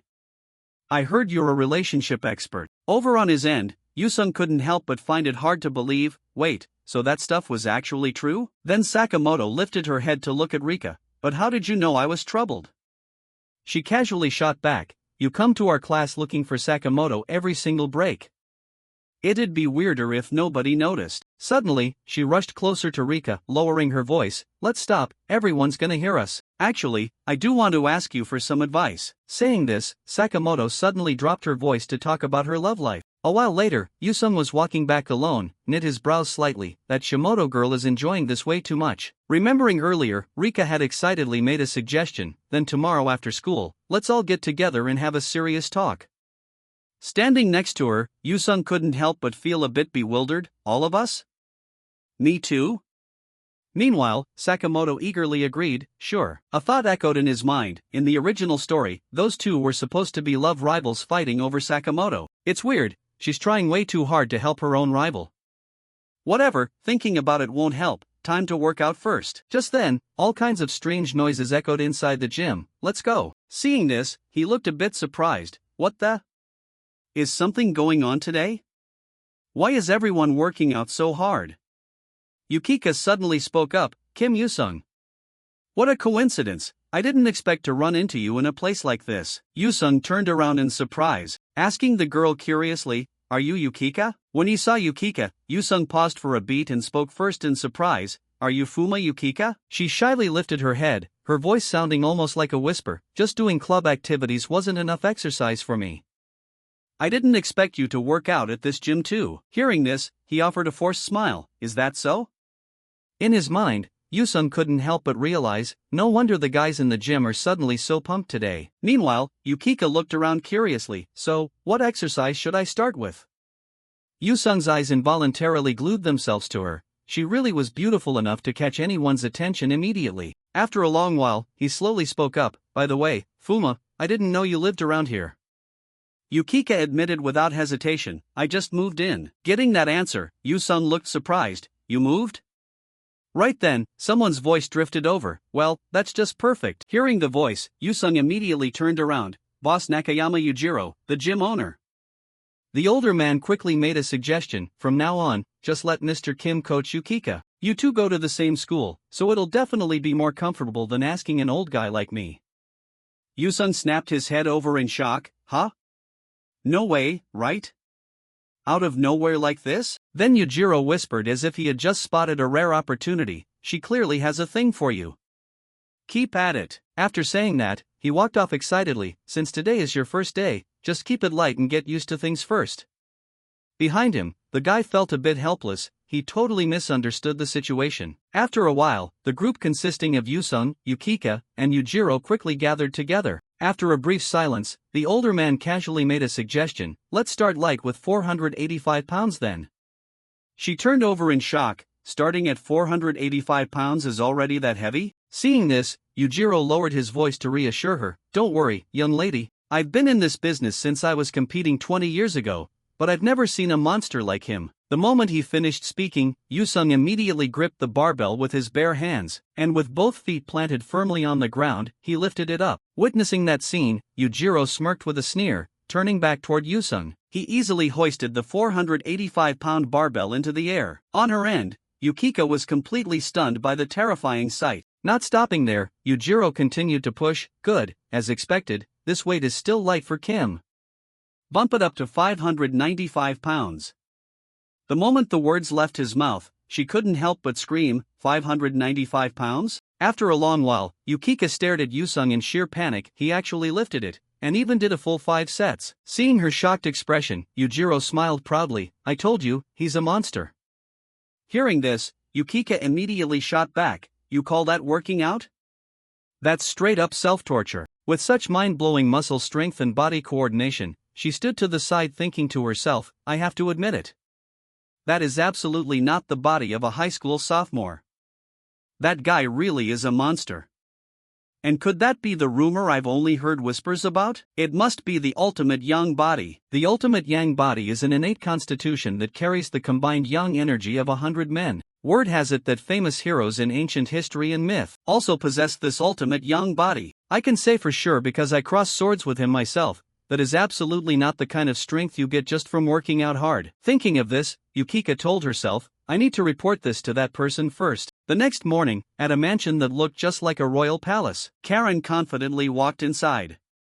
The moment they saw her, the group immediately bowed their heads. Welcome back, young lady. Behind her, Yusung swallowed hard, the Tojo family really is Yakuza?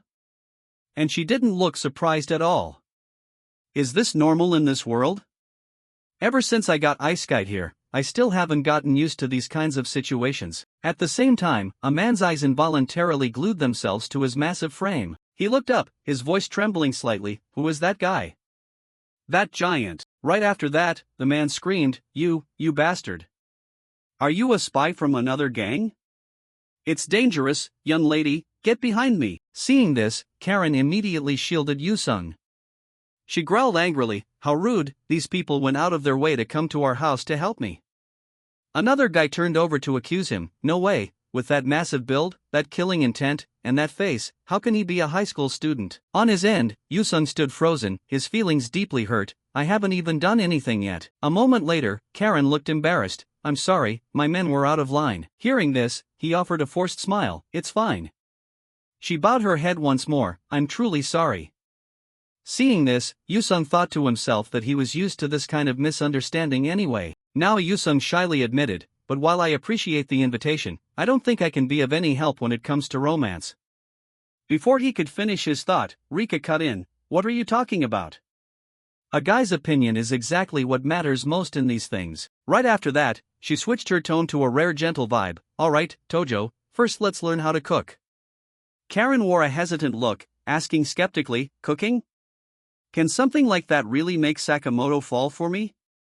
Standing next to her, Rika boldly asserted, when you want to convey your feelings to the guy you like, nothing is more powerful than a home-cooked meal. Just trust the advice of relationship expert Shimoto Rika.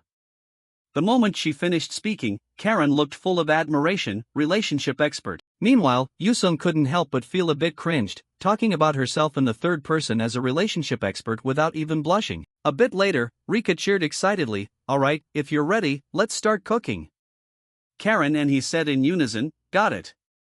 Okay. The clock hands started spinning fast. A moment later, Karen brought out a lunchbox, it's done. This is the first bento I've ever made in my life. Standing next to her, Rika clapped enthusiastically, great job. A little earlier, Rika had been standing by the stove screaming angrily, "Tojo, the fire, watch the temperature." Karen answered very honestly, "Huh?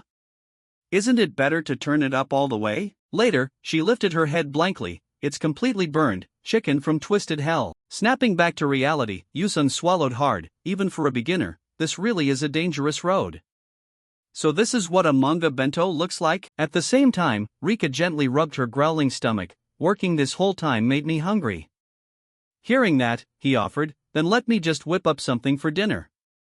Karen widened her eyes in surprise. "You?" Without a second thought, Yusung immediately turned around. "Yeah, just leave it to me." He was seen smoothly tossing rice in a wok engulfed in flames. Witnessing that sight, the crowd's jaws dropped simultaneously. A bit later, Yusung quickly slid the plates in front of them. "All right, all done." The two girls couldn't help but exclaim, "This looks so good." The second Rika took her first bite, she had to nod in approval. "This is delicious." Karen couldn't help but cheer. "This is amazing." Rika turned to ask him curiously, "Yusung, since when did you get so good at cooking?" Yusung tilted his head to think and quickly replied, "I don't know, around the second semester of freshman year, I think. I started packing my own lunches after that. Back in the first semester, my mom always had to wake up super early to make them for me. But every time I saw how tired she was, I felt really guilty. I was super clumsy at first, so it was a total pain, but I gradually got the hang of it." Hearing this, Rika's voice instinctively shook. "Making your own bento just because you didn't want your mom to overwork herself, that's so touching." Hearing that, he asked curiously, "Then who makes lunch for you?" She replied quickly without hesitation, "Huh, me? Of course my mom prepares it with all her love." The moment the words left her mouth, he nodded slightly in understanding. "Ah, so you're a parasite daughter?" Rika paused for a beat, as if she just remembered something. "Huh? Oh right, speaking of which, I have something to give Tojo. I was so busy eating that I totally forgot." Karen immediately lifted her head, leaning forward a bit. "Huh? For me?" Right after that, she pushed a paper bag toward her. "Here, Tojo, a gift for you. I stopped by a cosmetics store yesterday and bought all the makeup stuff you might need. I also wrote down the basic skincare steps. Once you run out, just look at that to buy more." Karen shyly nodded. "Thank you." At this time, Rika didn't forget to remind her, "First learn how to do your makeup, and then when the date goes well, we'll go clothes shopping together too." She asked back blankly, "Clothes too?" She knit her brows slightly and continued, "Even though I only see you at school, your everyday style is, how should I put it? It's kind of like an old man look. Like wearing a gym track jacket over a school uniform, you can tell right away just by looking." The air went still for a second, and Karen's voice shook. "I get it." Rika really hit the sore spot without hesitation. Then she boldly declared, "Today I definitely have to learn how to do makeup to win that date." The moment she finished speaking, Rika clapped her hands. "That's the spirit. Tojo, alright, we're off to do makeup. Yusung, just wait here." He froze a bit. "Huh? I'm getting left here all by myself?" She answered very quickly, without a second thought, "Of course. Watching a girl transform is a crime, you know?" After saying that, Rika quickly turned around. "Let's go, Tojo." Behind her, Yusung wore a helpless expression. "But you just said a guy's opinion is what matters." In a flash, night had fallen, and Rika couldn't help but sigh. That was so fun. "I hope Tojo's date goes well." Right then, he stopped in his tracks. Yusung pointed toward a convenience store. "Can we swing by the convenience store for a second? I want to buy this week's manga magazine." Hearing that, Rika rushed over. "I'm buying one too. I'm buying one too." Inside, he quickly grabbed a book. She tilted her head curiously. "Do you buy it every week?" "Yusung, my dad always says that anyone who loves manga can't be a bad person." Hearing that, Yusung chimed in. "Shimoto buys it every week too, don't you?" Rika let out a soft giggle. "That's true, so does that mean I'm a good person too?" Without any hesitation, he quickly replied, "Yeah, exactly, you're a good person. Today you worked your butt off for Tojo. In my opinion, someone who can go that far for others is definitely a good person." Hearing him say that, she blushed instantly. The moment the words left his mouth, Rika's body swayed from the butterflies, and then she ran off like crazy. "It's late, I'm checking out first and heading home. Bye." Seeing this, he hesitantly turned his head. Yeah, alright." Yusung stared blankly in Rika's direction. Did Rika suddenly get a stomachache or something? In a flash, the next day arrived. Inside the school, a group of guys cast envious glances toward the opposite side. The moment Karen showed up, whispers broke out, "Who is that? She's so cute." Someone lowered their voice, "Did our school always have someone like that? Wait, she's going into class 2B. Another person hesitated, "What? Hold on. Could it be?" Right at this moment, Karen thrust a letter in front of Sakamoto. She boldly declared, "This is a challenge, Sakamoto. You have to come with me somewhere this weekend." He repeated blankly, "Huh? A challenge? But who even are you?" Hearing that, Karen looked embarrassed. "What are you looking at?" The scene shifted to Shibuya, a city sparkling under the bright sunlight. At the same time, Rika cheered excitedly as she walked. Karen's confession at school today was no joke, the hype was insane. On top of that, sending a challenge letter is so aggressive. Hearing that, Karen got a bit shy. "Is that so? Thanks. Hey, from now on, just call me Karen." She immediately nodded. "Really? Then Karen can call me Rika too." Behind them, Yusung stopped for a moment, rolling his eyes as he looked around the downtown area, specifically the women's clothing section. "It feels like I just stepped into a whole new world. Normally I'd have no reason to come to a place like this. Only because Karen asked for help choosing an outfit for her date." A little earlier, Yusung had asked blankly, "Do I have to come along too?" Rika answered quickly without hesitation, "Of course, since Yusung is our teammate too, we gotta move together." So he had no choice but to follow along. Snapping back to reality, she cheered excitedly, "That outfit looks nice." Rika hurriedly yanked Karen's hand, "That one too, go try it on right now." She kept pulling out outfit after outfit, her mouth constantly muttering, "This one is pretty too, and this one totally works." Not stopping there, Rika quickly pushed Karen toward the fitting room. "Come on, go change into this right away." She jumped, her mouth stammering over her words. "Wait, huh?" Right after that, Karen let out a scream, "Hold on. Cute clothes like this absolutely don't suit me." Outside, she smirked with a sneer, "Looks like I gotta step in. Yusung, wait here for a bit." Saying that, Rika rushed straight inside. The moment she saw her, Karen flinched back. "Rika." Rika approached her, "Leave everything to your big sister and stand still."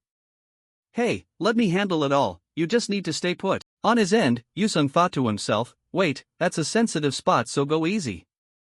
After a while, he heard rustling noises inside, secretly wondering, what the hell are they even doing in there? When the curtain pulled back, Karen was so embarrassed that she was clawing at the hem of her skirt. Looking down, this skirt is way too short. In contrast to her, Rika wore a satisfied expression. "How does it look?"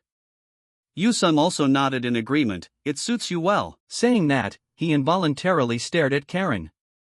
Clothes really make the person, no joke. He didn't expect Karen to change this much. Back at the mansion of the Dongseongho clan, Karen's home. Inside the meeting room, a man wore a stern expression. That was the sixth-generation leader of the Dongseongho, Tojo Naoto, nicknamed Blood Sea Naoto.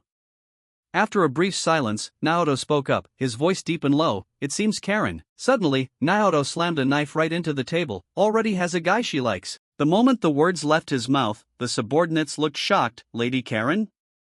Who has that kind of nerve?" He continued in a low tone, "Fine, I don't care what kind of nobody he is, but I absolutely cannot hand my daughter over to just any punk."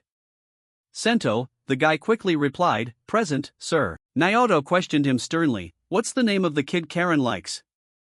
"It's Sakamoto, right?"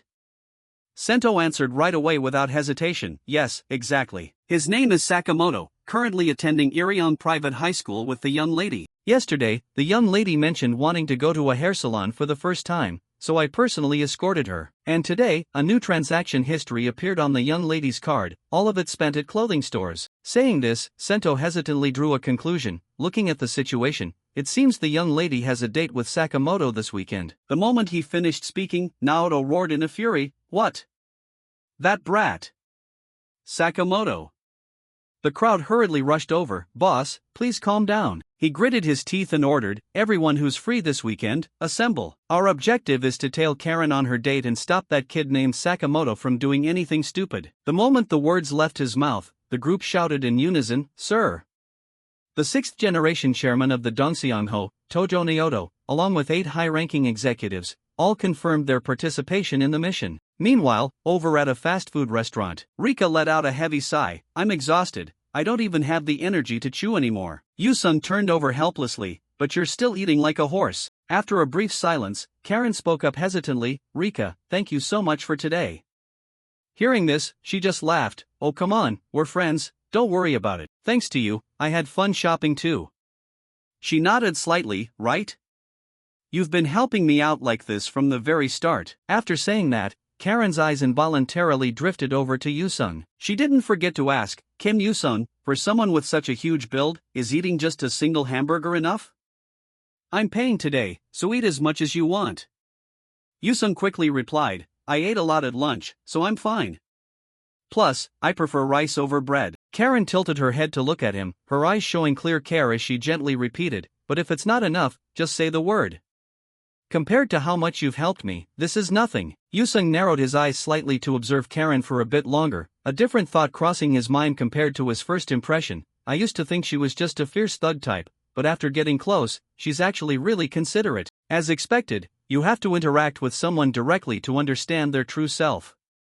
Just then, she looked embarrassed. Why are you looking at me like that? Is there something on my face? He nodded honestly, yeah, ketchup right there. Hearing this, Karen looked flustered, really? Seeing this, Yusung let out a soft giggle, gotcha. Then Rika asked curiously, by the way, Karen, have you decided on a spot for tomorrow's date? Karen answered quickly with a serious expression, as if she already had a plan mapped out. Yeah, I plan to hit up a cafe for tea, go see a movie, and then head home after dinner. That should be enough, right? Before she could even finish her sentence, Rika leaned in, too naive. If you just follow the same basic routine as everyone else, you can't win the heart of the guy you like. So instead of a movie theater, try going here. Karen stared blankly at her phone screen. An aquarium? She gently opened her arms as if embracing the imagined space, her voice dropping with emotion, beautiful sparkling waves, fish and coral drifting peacefully alongside the perfect dim indoor lighting. Whispering to each other, gradually bringing your two hearts closer together. After saying that, Rika turned to her, Karen, do you trust the words of Love Master Rika? Karen nodded quickly with absolute trust, yeah, alright, then I'll try asking him to go to the aquarium. Next to her, Yusung gritted his teeth, growling under his breath, there she goes again, that self-proclaimed Love Master. After a while, the sky turned a light shade of orange. Rika quickly waved goodbye, Karen, great job today, you absolutely have to succeed tomorrow. She replied gently, thank you both, get home safe. The two of them, Yusung and Rika, kept waving like machines. And then she suddenly turned her head, Yusung, what are you doing tomorrow?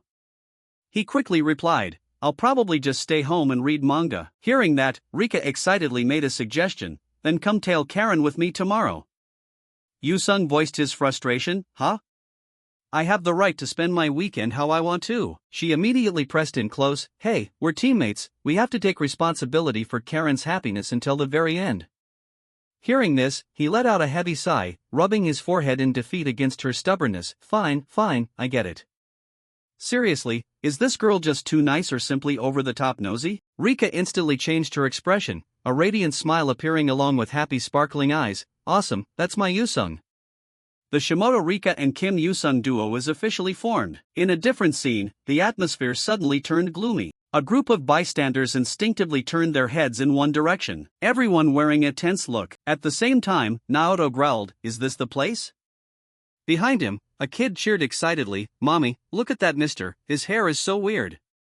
The woman quickly stopped him, you shouldn't look at people like that. Naoto lifted his head to look forward, this is where my daughter, Karen, will have her first date. In a flash, the next day arrived, the day of the date between Karen and Tojo. Right at this moment, he rushed over. Tojo, sorry Tojo, have you been waiting long? She shook her head immediately, a gentle smile appearing as if to melt away Tojo's anxiety.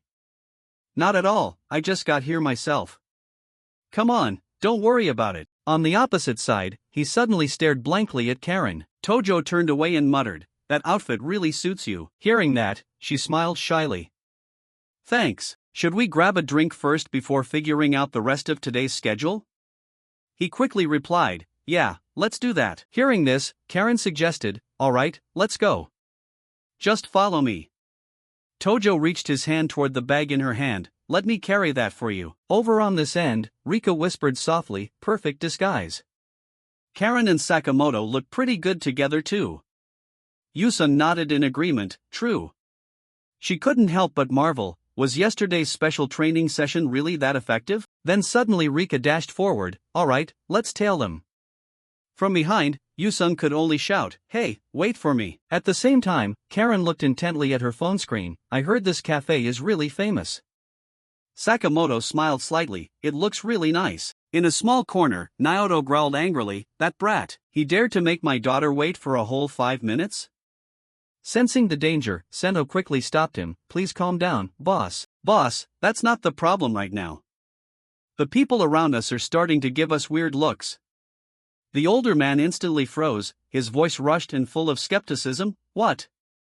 We've been noticed already? We obviously have such a perfect disguise. Why? The guy quickly analyzed, probably because there are 9 of us gathered in a crowd, it stands out way too much. Besides you, boss, there are 8 guys. How about we split up into pairs to tail them? Hearing this, Naoto immediately ordered, fine, from now on we go with Sento's plan. Split into pairs and move out. The group shouted in unison, sir. Over on this end, Rika and Yusung had arrived at a cafe. A glass of ice cream was quickly placed in front of them. She was buzzing with excitement, shifting around constantly. This is so pretty, good thing I ordered the giant special strawberry parfait. Yusung didn't forget to remind her, don't you think ordering something this huge while tailing someone is a bit much? Can you even finish it by yourself? Rika looked blank. What's wrong? Yusung, can you not even finish a single parfait at a cafe?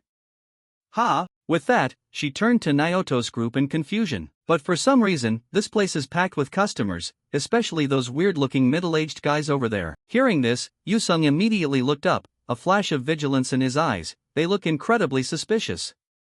I have a strong gut feeling they're connected to Tojo, especially that man over there. He's wearing a really bizarre wig, but somehow he looks just like Tojo. Right then, Tojo's voice rang out. The Munsai City Aquarium even has dolphins. Karen immediately suggested, then we absolutely have to go see the dolphins first. He nodded slightly. Yeah, let's go. Getting his answer, she smiled brightly. Today is definitely going to be so much fun. Seeing this, Yusung's face stiffened.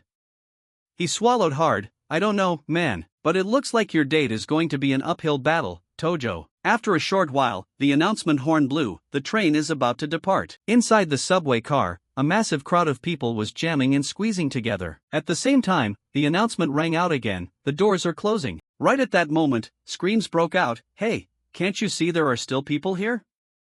Stop crowding. Please move out of the way, stop pushing. Meanwhile, Rika shyly shrank back, thinking to herself, there's no way around it since you have to take the subway to get to the aquarium.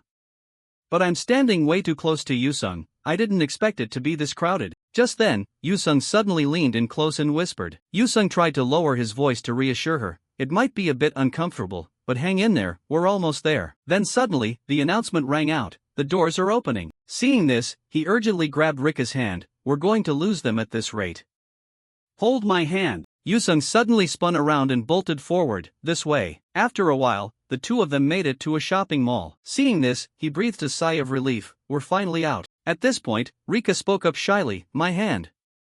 Hearing this, Yusung immediately reacted, oh, sorry. He loosened his grip without hesitation. On her end, she lowered her voice and whispered, please hold it a bit more gently next time. Hearing that, Yusung replied quickly, yeah, sure. Then he froze. Next time? By the time Yusung looked up, his face was already completely red. Seeing this, Rika let out a sigh. We lost track of those two. What do we do now? He immediately made a suggestion. Since the destination is the aquarium anyway, let's just head there first. Behind them, the man couldn't help but complain. Damn it, why are there so many people? Sento looked displeased. I told you we should have taken the car. The other guy shot back. Who knew a weekend morning would be this packed? Meanwhile, Yusung secretly rolled his eyes. These people. Right after that, shouting came flying straight at them. You should have looked it up beforehand. How was I supposed to know? He stared blankly at the two of them, feeling even more certain. They're definitely the people from the Tojo mansion I ran into the other day. It's best to be careful so they don't recognize me. Suddenly, Naoto glared at Yusung. Hey Sento, that kid over there looks a bit suspicious. He immediately reacted. Sir, who do you mean? Oh, I think it's Kim Yusung, the young lady's friend. The person with him is probably Miss Sakamoto. Just a few days ago, the two of them came over to the house to help the young lady prepare for her date. Even if he's wearing a hat, you can't mistake that build. Hearing this, the man frowned slightly. I see, no wonder they keep tailing our Karen. His physique is so good that I actually thought he was from another Yakuza gang targeting the young lady. Showing up at this exact time and place, they must be secretly following out of worry for their friend's date. If that's the case, let's just keep following those kids. Sento nodded slightly, sounds reasonable. Since we lost track of the young lady anyway, following them doesn't seem like a bad idea. As soon as the words left his mouth, Naoto immediately turned around. Alright, let's go. In another development, Tojo smiled radiantly. We're finally at the aquarium. He turned to look at Karen. Let's go, let's head inside. I'm so excited. Right at this moment, a male student froze in his tracks. The person next to him turned around curiously. Hey, what's wrong? He looked anxious. That guy who just went in, isn't that bastard Sakamoto? The other guy raised an eyebrow slightly. Looks like it. The male student gritted his teeth in anger. It's him, that piece of trash. After getting us kicked out of the kendo club, now he's just casually going out on a date with a girl? Saying this, he boldly declared, this time, I'm really not letting you off the hook. Yusung and Rika were currently hiding nearby, secretly watching them. Rika and I followed Tojo and Sakamoto into the aquarium. The lighting quality made it a bit hard for him to see. The lights were so dim that I couldn't see them clearly, but there was one thing I definitely recognized, his face became dazed. Yusung could clearly see Karen's bright smile. Their date was a lot more fun than I had imagined. Witnessing that scene made him and Rika feel much more relieved.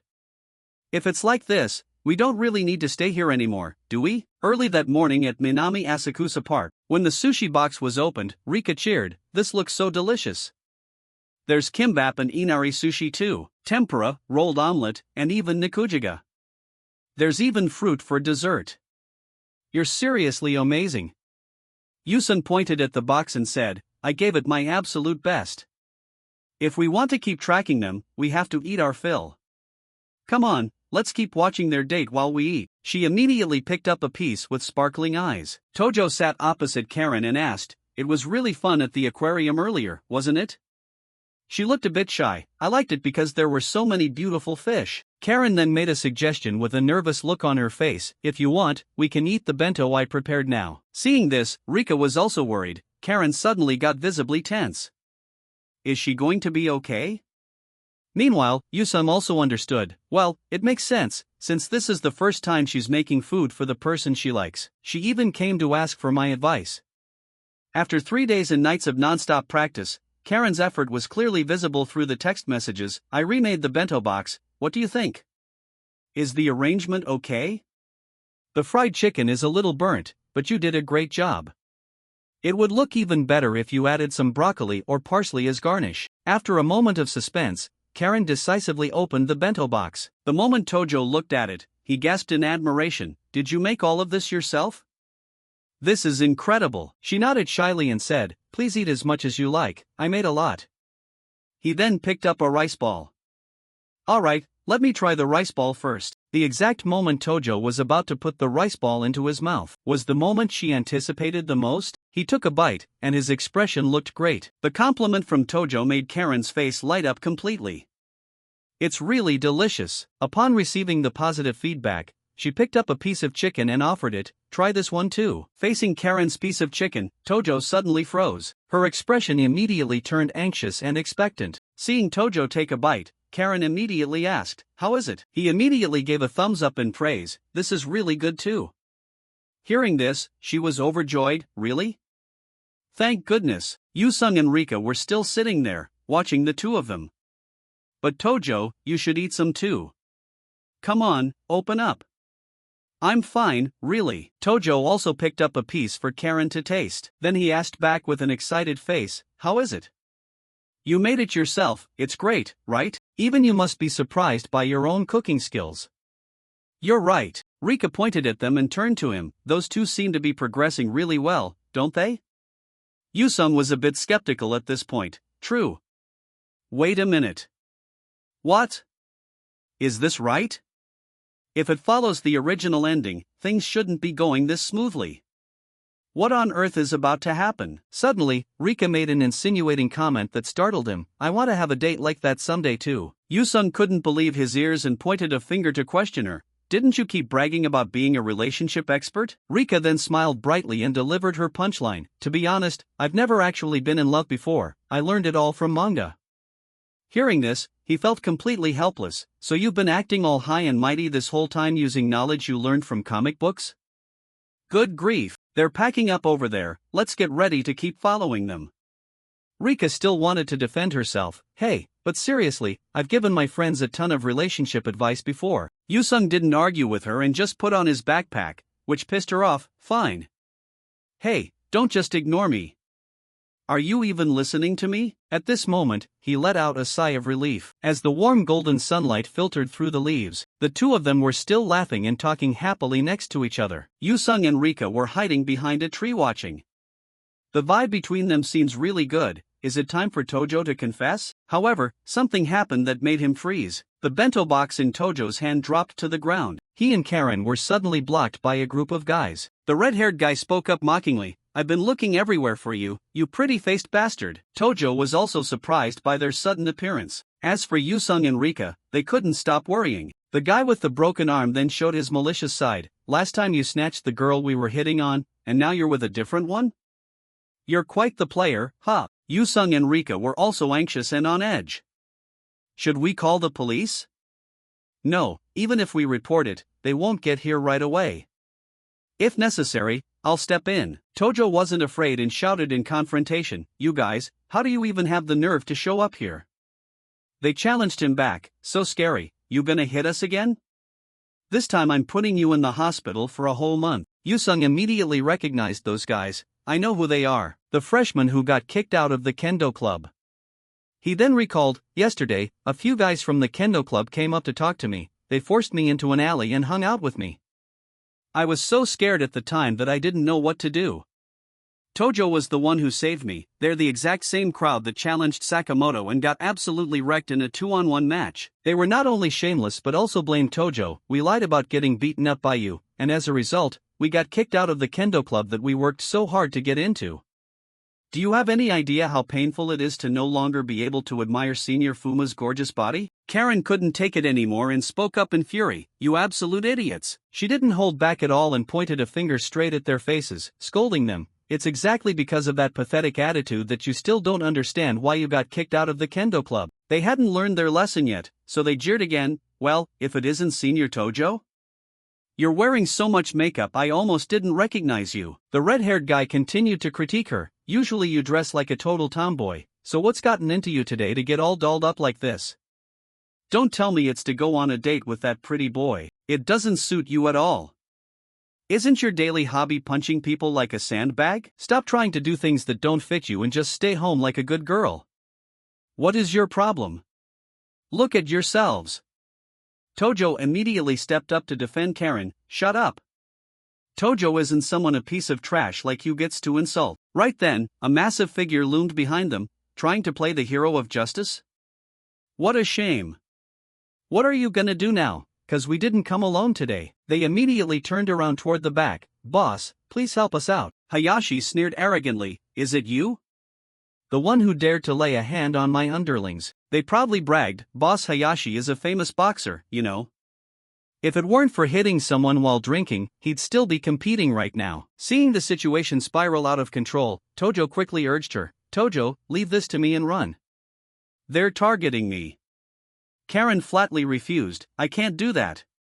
How could I leave you behind by yourself in a situation like this? He smirked contemptuously. Look at these two acting out a family drama. Hayashi suddenly got physical and grabbed Karen's hand tightly. He just kept pushing and bullying her. Hey pretty girl, stop hanging out with that pretty boy. Come over and play with us instead. Seeing this, Tojo shouted, Tojo. The guy turned to look. How annoying. Hayashi right after that punched him right in the stomach. Get lost. Yusung couldn't just stand by and watch him run wild, so he decided to step in. Rika, wait here. Ha? Where are you going? Seeing Tojo get punched, Karen felt incredibly distressed. Sakamoto. Hayashi still held onto her tightly and insulted him. What? Turns out you're nothing special.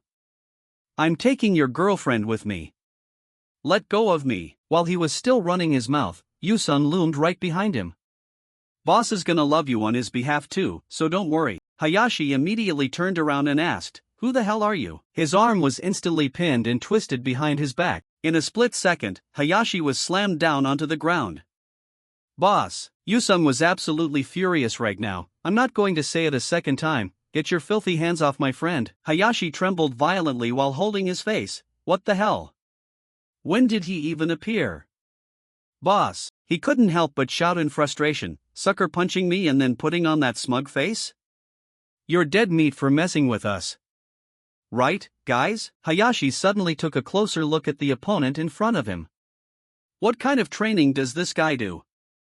His body is built like a tank. In his mind, he started to get a bit wary. No, it's just that I got blindsided so my guard was down. He's just a regular guy with a bit of muscle. He probably only knows a few basic punches and kicks at most. At that time, Naoto's subordinate asked for his opinion from a distance. Chairman, is it really okay to just leave it like this? Naoto grimaced, looking very defensive. A moment earlier, his subordinate was looking around, searching. Where did those kids go? Naoto was also confused. They were clearly just eating lunch in the park a moment ago.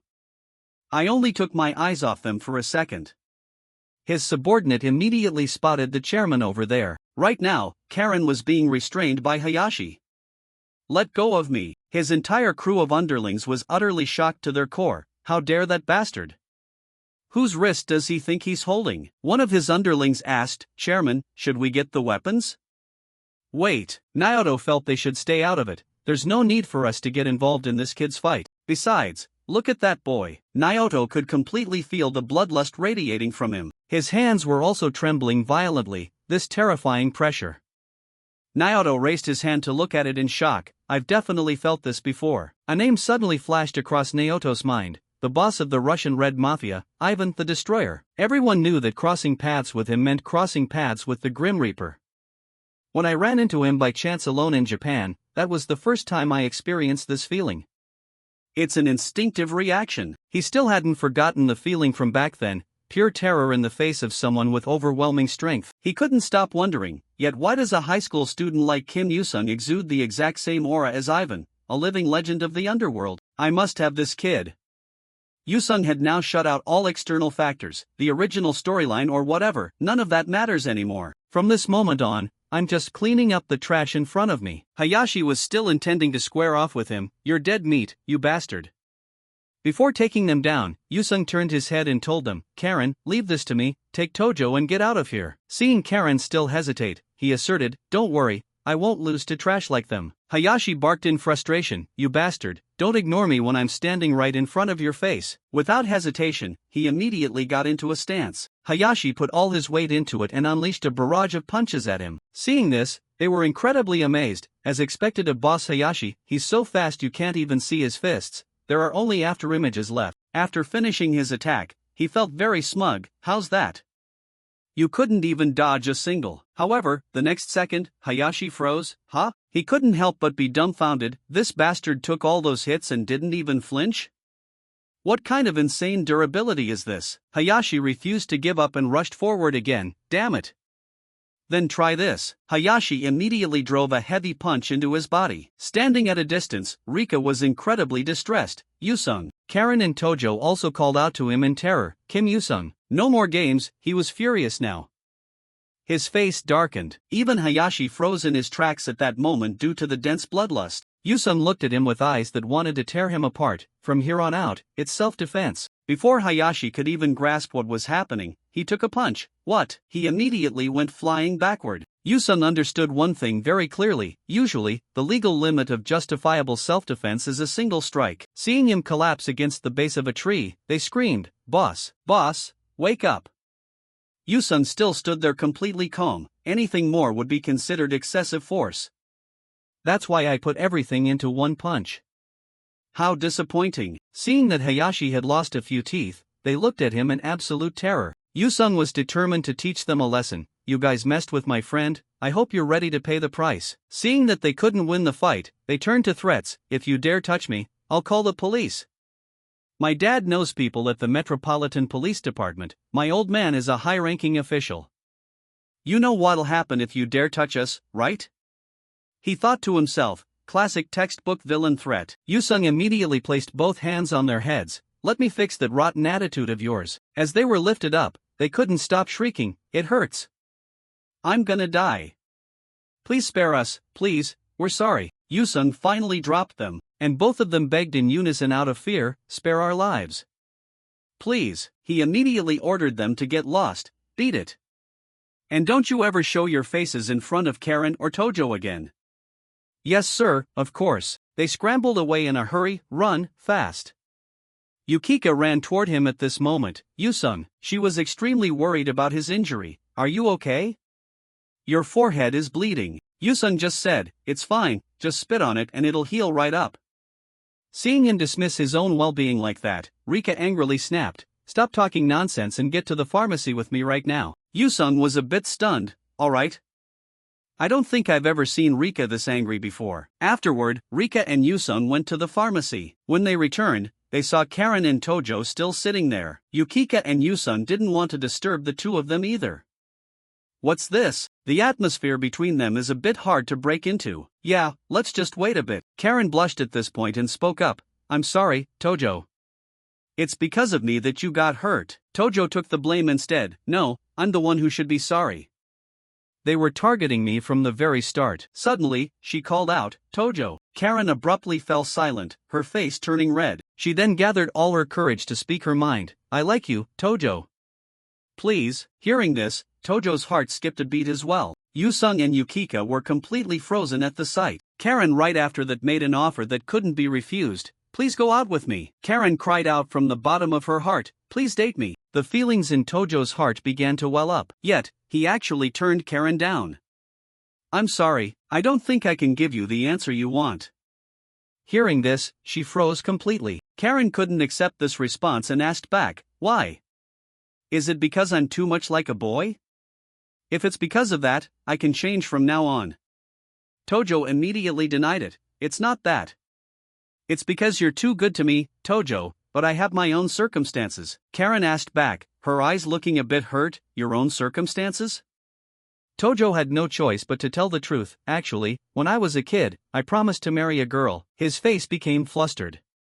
At least until I meet her again. I don't plan on dating anyone else. Hearing this, Karen couldn't help but feel heartbroken. Her whole world felt like it was crashing down. Karen slowly asked back, do you still like her that much? Tojo spoke completely from his heart. I'm not really sure either. But I remember that I used to like her a whole lot. The day she moved away, I cried so much I couldn't stop. Karen asked dejectedly, is she your first love? He confirmed it, you could say that. Tojo's next words brought tears to Karen's eyes. She was my first love. Not wanting to make things harder for him, she stood up. I get it. If you really don't want to, there's nothing I can do. I'll give up gracefully. Without a single word of blame, Karen smiled and waved goodbye. See you at school. I had a lot of fun today. Tojo smiled back and waved his hand to Karen. With that, she kept her head down and ran straight ahead. Yukika felt incredibly heartbroken for Karen right now. Oh no. Meanwhile, Yusung made up his mind. Yukika, go on home first. I'm going to go check on Tojo. Hearing this, Yukika was completely taken aback. Huh? You're going alone?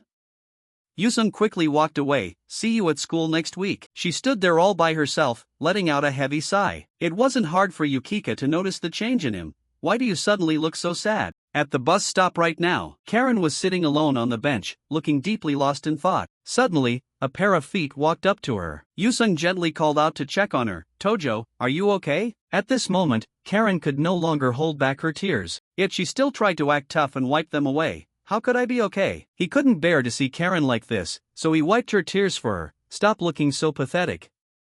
Come on, sniffle up. Karen felt a little embarrassed around Yusung right now. This is so embarrassing. This is the first time I've ever cried in front of someone else. We're friends, it's no big deal. Hearing that, she looked up and pondered, friends? Karen exposed them right then and there. I know you and Yukika were following me. He gasped in shock and asked back, you knew? Since when? She questioned him immediately, since about halfway through. It seems you two don't really trust me, huh? Hearing this, Yusung broke out into a cold sweat. Isn't there an unwritten rule in Dongseon that you don't get caught when tailing someone? Instead of blaming them, Karen felt deeply grateful. The people who worried about me, who gave me advice from start to finish, they followed me all day because they were worried about me. He awkwardly denied it. No, it really wasn't like that. Karen's heart began to ache. I'm sorry, I failed in the end. I thought that if I just changed myself, I could make Sakamoto like me, but it turns out I was wrong. From the very beginning, there was never any room for me in his heart. Karen placed her hand over her chest. It hurts so much here, it hurts like crazy, but there's no way to cure it. This is a feeling I've never experienced before. Yusung remained silent, just listening to her speak. Karen's face was trembling violently right now. I really liked him. She could no longer control her emotions and burst into tears. At that moment, Yusung's heart was deeply shaken as well. How strange. At first, I just thought of her as a character in a romance manga competing for love, but now, Karen was making him feel like a real person. His worldview began to turn upside down. Come to think of it, it was the same with Tojo. I only laughed, talked, and treated them nicely on the surface, but in my heart, I always drew a line. Because unlike me, they were just characters in a manga. But for someone who was feeling such clear, undeniable pain, can I really call them a manga character anymore? Flustered for a moment, Yusung stood up. Tojo, stand up. Yeah, right. He immediately pointed straight at her face and threatened that if she kept screaming like that here, the police would show up for a public disturbance. Seeing how blunt he was, Karen looked a bit dazed, but then she suddenly broke into a bright smile. Karen didn't feel the pain anymore and teased him back. Is this really the right time to say something like that? Yusung replied, just smile, you look prettier that way. He then suddenly took off his jacket. Come on, let's go. Karen took his jacket and asked back, go where? Yusung invited her, put this on, we're going to karaoke right now. Karen couldn't help but wonder, what? Why karaoke all of a sudden? Yusung explained while putting the jacket on her, go let out all that bottled up frustration there. Yusung then gently patted Karen's head. It'll make it easier for you to accept getting rejected. She suddenly called him back, hey, wait a minute, Kim Yusung. Hey, seeing him just walk away like that made her even more confused. He's always so unpredictable, isn't he? Now, Yusung accepted a certain truth. Yeah, it's simple. He turned around and looked at Karen, who was smiling brightly behind him. Yusung realized that they were just human beings with emotions, just like him. Suddenly, Naoto's henchman sniffled. It turned out they had been watching everything this whole time. That friend of hers, Kim Yusung, is a really good guy. I'm glad the young lady has a friend like that. Naoto also let out a relieved smile, because he knew Yusung was a warm-hearted person. In a harsh world like this, he was a very rare breed. He looked toward them and smiled. Maybe if it's him, I hope we meet again, young man. In his heart, Naoto had already taken a liking to Yusung. Karen was incredibly full of energy in the karaoke room right now. Kim Yusung, shout louder. Your voice is way too quiet. Yusung, it's your turn next. Even though Yusung was the one who suggested it, he was the first to give out. It's been 3 hours, how is she not tired yet? Meanwhile, Rika was sitting in her room worrying about them. They haven't replied to my texts for hours. Are those two okay? The moment she entered the room, Rika's eyes suddenly lit up with pure excitement. Looking at the equipment in the workout space, she spoke up enthusiastically, so this is a boys' room? Yusung stood behind her, not even bothering to answer. She was absolutely thrilled. There's so much workout gear in here, it's practically a gym. Yusung replied with a bit of embarrassment, well, it's not like every guy's room is like this. Looking down at the dumbbell on the floor, Rika asked curiously, this dumbbell? Then, without hesitation, she bent down and lifted the dumbbell up, gasping for air as she exclaimed, I can't even lift it. Yusung quickly tried to stop her. Wait, that's... Rika asked repeatedly in confusion, is this really meant for humans to lift? Yusung let out a sigh and explained, of course you can't lift it. That thing probably weighs half as much as you do. Rika gasped in shock. What? Just one piece is that heavy? Looking at Rika chattering away in front of him, he could only sigh helplessly and think, if you're wondering why this girl is in my room, it all started on the way home after school. Just like any other day, Yusung and Rika were chatting happily with each other. Suddenly, an embarrassing sound came from her stomach. Both Yusung and Rika froze for a moment. His eyes widened as he asked her, what's wrong? Are you hungry? That sound was as loud as thunder. A bold idea flashed through his mind. Yusung turned to Rika and asked, do you want to come eat at my family's restaurant? Hearing this, Rika replied with a bit of surprise, oh right, you did mention your family runs a restaurant. Yusung, are you really going to feed me? Yusung gave a forced smile and said, well, it's just one meal, so it should be fine, right? A little later, at Yusung's restaurant, Rika was eating at lightning speed. Sitting next to her and watching her eat, he helplessly reminded her, eat slowly, or you'll choke. After finishing a can of soda, Rika felt completely refreshed. She smiled warmly and praised Yusung's mother, ma'am, this is so delicious.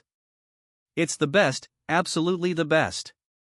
Yusung's mother was also incredibly happy to hear this praise. Oh my, seeing you eat so heartily is just adorable. Rika's heart was blooming with joy as she quickly said, thank you so much. Yusung's mother replied warmly, keep eating, I'll make more if it's not enough. He just sat next to her, watching helplessly without saying a word. Yusung glanced over at Rika and thought in disbelief, I didn't expect her to like miso soup this much. It looks like she has completely won my mom over. While he was lost in thought drinking his water, a slap on the shoulder from Rika startled him. She said in a loud voice, alright, Yusung, let's go. Yusung's eyes widened in confusion, what? Where are we going all of a sudden? Rika gave a playful wink and said, where else? To check out your room, of course. Holding a tray of drinks in front of his room door, Yusung looked depressed and thought to himself, I was really stupid to think this was just a simple visit. I can't believe she demanded to see my room. As soon as he opened the door and walked in, he spoke up, we can have some tea while we. Seeing his room, Rika was also startled. She burst out laughing and looked up at him, Yusung, you like this kind of manga? Yusung stammered in embarrassment to explain, that's. He let out a sigh and thought, those are just rom-coms I bought as reference material for the future. Rika laughed playfully and teased him, who knew, Yusung? You actually have a pretty dirty mind. At this moment, Yusung's face became incredibly embarrassed and speechless. This girl probably wouldn't listen even if he explained it was a misunderstanding. He thought to himself, it's not the original love triangle series, but the more rom-com reference material I buy, the better. Rika said softly, just kidding, I know you like manga. Wait, her eyes suddenly caught a series on the shelf. Rika asked him in surprise, London Samurai? Yusung, do you like this manga? Hearing that, he enthusiastically took a volume down from the shelf and told her, this is my absolute favorite. Rika's eyes sparkled like a little rabbit's as she nodded repeatedly, really? I love this series too. Handing the volume to Rika, he gently shared his feelings, of course. Even now, whenever I think about it, I reread it from the beginning. Rika marveled as she looked at the volume in her hands and exclaimed, this is a first print edition. These are incredibly hard to find. Mentioning this manga, Yusung's face couldn't help but flush a little. This manga is truly a masterpiece. He continued quietly, the artwork is stunning, and I really love the ending too. It's gentle, but it leaves a powerful lingering impact. Listening to Yusung speak in silence, Rika's eyes shone brightly with happiness. Yusung continued enthusiastically, plus, the psychological portrayal of the characters is absolutely outstanding, and the way the plot is driven and handled is truly. Rika chimed in joyfully, I love this series too, but I've never met anyone who loves it as much as you do. Rika smiled broadly, if my dad found out, he'd be so happy. Yusung asked back, a bit dazed, your dad? Rika turned to look at him and explained excitedly, didn't I tell you? My dad is a manga artist. He's the creator of London Samurai. Hearing that name, Yusung broke into a cold sweat from shock, his mouth hanging wide open as he yelled, Musashi Kishimoto? He frowned and thought, what? Rika is the daughter of that manga god? His eyes swirled in utter confusion. Come to think of it, even though it's a common last name, she really does share a last name with Musashi. And that blonde hair makes her look mixed race too. Yusung thought further, I definitely remember hearing that Musashi Kishimoto's wife is British, so Rika's appearance makes perfect sense. Seeing Rika standing there looking at him in confusion, Yusung was still overwhelmed by his thoughts. A classmate's parent being a celebrity, that's a classic trope among classic tropes. Suddenly, Yusung froze as if struck by lightning. Wait a minute, thinking about it carefully. Rika saw him standing there frozen and wanted to check on him. Yusung? He was still in a daze, remembering, I plan to go to Rika's house during Golden Week, which means. Suddenly, he cheered excitedly, Kishimoto. Do you think I could get your dad's autograph during Golden Week? Rika answered without hesitation, of course. Rika said excitedly, I'll introduce you to my dad directly on that day. Hearing that, Yusung felt like he was on cloud 9. Yes. Is this what it feels like to be a successful fan in life? Thought of something, he spun around and asked her, but there's something I'm curious about. Rika raised her hand enthusiastically and asked back, what is it? He asked without hesitation. Sensei Musashi has so many other smash hit works, so why is London Samurai your favorite? Rika pondered for a moment. Well, then she smiled broadly and answered, his other works are great too, but lately I've grown to like London Samurai even more, for no particular reason. Hearing that, Yusung stroked his chin in agreement. Really? I can see why, it's a masterpiece after all. But hey, in Volume 5 of London Samurai, regardless of what Yusung was saying, Rika was lost in her own thoughts right now. She caressed the manga book, actually, this main character. London Samurai, Musashi. The corners of Rika's mouth turned up slightly as she thought deeply, the way he always protects his friends throughout the story. The image of the character in the manga fighting and screaming, don't you dare touch my friend with those filthy hands. She continued to think happily, he's both reliable and kind. Suddenly, her gaze drifted toward Yusung, who seemed to be surrounded by a glowing aura. Clutching the manga book, she smiled with a fluttering heart, just like Yusung. The next day, at school, in the student council room, a voice spoke up, excuse me, during Golden Week? Kumiko said slowly with a serious face, just like I said, I need your help that day. Standing in front of her, Yusung froze and asked back, what exactly is this about? He thought worriedly, I have to meet Sensei Musashi that day. Sitting at the desk, Kumiko laced her fingers together and spoke in a serious tone, right now, our school has a student exchange program with a sister school in Russia, and exchange students will be coming here after Golden Week. She continued, so I want to prepare a memorable gift for the first meeting. Yusung's eyes widened as he followed up, so you want me to help choose the gift? Kumiko exclaimed excitedly, exactly. Holding his phone, he replied lazily, if that's the case, then of course I'll help. How about the 29th, the first day of the break? He calculated with a headache. There's no choice, as long as it doesn't overlap with my appointment. Kumiko was incredibly thrilled. Great. If you dare to break this appointment, I won't forgive you.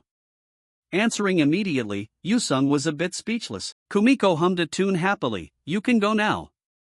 He watched her leave, feeling completely confused. What's up with her? Her mood suddenly got so good. Meanwhile, the classmates at the next table were whispering to each other. This would be an awesome place for a date. The girl standing next to him agreed, no, this is the hottest spot right now. Yusung let out a heavy sigh, lost in thought. I should ask Kishimoto if we can switch to the 30th. In classroom 2B, everyone was noisy and bustling. A classmate in the room saw him approaching and called out, Hey Yusung, have you heard the news? He asked back in surprise, what news? The classmate continued, that famous delinquent duo among the freshmen. The kids who just got kicked out of the kendo club for causing trouble recently. Yusung frowned, thinking, who could that be? That classmate burst out laughing and continued, anyway, they suddenly stopped coming to school, and today they both processed their school transfer. So weird, both transferring at the same time. They must have messed with the wrong person, most likely. Yusung smiled and said, well, I'm sure they have their own reasons. Returning to his desk, he let out a sigh and thought to himself, you reap what you sow, now they won't be able to bother Tojo and Sakamoto anymore. At that moment, a voice called out to remind them, all right, come on, class is starting. The voice continued in a louder tone, it's only the first period on Monday, why is everyone making such a fuss? The beautiful English teacher said softly, everyone take your seats and open your English textbooks. In the classroom, the teacher's lecture echoed, this one and this one, which one is cheaper? The teacher asked further. The apple on the left is $5 cheaper than the banana on the right. Yusung took the opportunity to nudge Rika, who was dozing off next to him, before the teacher noticed. This teacher's name was known to be Mizuki Nani, an English teacher, 24 years old. The teacher thought for a moment, today is the 24th, right? The teacher called out loudly, number 24. The guy who was number 24 was trembling with fear right now. Before anyone could process what was happening, the teacher pivoted, then the student sitting behind number 24, please read next. Hearing this, the guy who was number 24 felt like he was on top of the world, while Yusung felt like he was struck by lightning, falling into utter despair. Then he slowly stood up. Opening the book, he slowly read each English sentence in the paragraph. I am Charmer from England. I came here to experience Japanese culture. Can you recommend an interesting place for me? The eyes of all his classmates turned toward him in admiration. Kim's pronunciation is absolutely flawless. Teacher Nani stammered in a bit of fluster. So, what would be an appropriate answer? Stroking his chin to think for a moment, Yusung slowly spoke a whole stream. Personally, I recommend Osaka because it is a place visited by many foreign tourists and possesses rich tourism resources just like Kyoto, Nara, and Kobe. Hearing this, the teacher's face stiffened, turning completely pale as if all the blood had drained out. Yusung narrowed his eyes in confusion. What kind of reaction is that? To break the awkward silence, the teacher awkwardly clapped her hands in praise. Excellent job, that is indeed a perfect answer. Facing everyone's applause, Yusung scratched his head in embarrassment. He sat down, deeply lost in thought. Her expression was clearly one of total shock. Rika, sitting next to him, praised him warmly. Ryu, your English is incredible. Teacher Nani continued her lecture. Now, from the passage we just read. Suddenly, the teacher's eyes met Yusung's. This eye contact startled her, making her spin back to the blackboard instantly as she tripped over her words. So the translation of the passage is? Yusung thought dejectedly. I knew it. The teacher was currently trembling as she wrote line by line on the board, and he pondered a bit. Ms. Mizuki seems to be afraid of me. After class, Yusung walked down the hallway with an indifferent attitude amid everyone's gossip. He let out a sigh. It's like I'm a gangster personally chosen by the boss. The girls behind him whispered to each other, look at his build, it's so terrifying.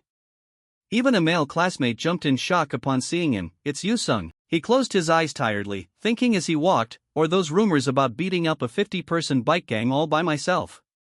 I know those ridiculous rumors exist. Yusung felt a bit annoyed, but this is the first time I've seen an adult this terrified of me. Anyone who caught a glimpse of him was startled. After a moment of thought, Yusung walked to the office door, looked up, and reminded himself, whatever, just act normal so there's no more misunderstanding. Just a normal office visit. Inside, a hand was rapidly typing away on a keyboard. The teacher couldn't believe her eyes. What? The teacher was shocked by the content displayed on the computer. Personal and academic profile. Student information, name Kim Yusung, gender male. Address. Setagaya District, Tokyo. Special notes, full scholarship student. Freshman representative last year, has never dropped from the top spot in class since enrollment.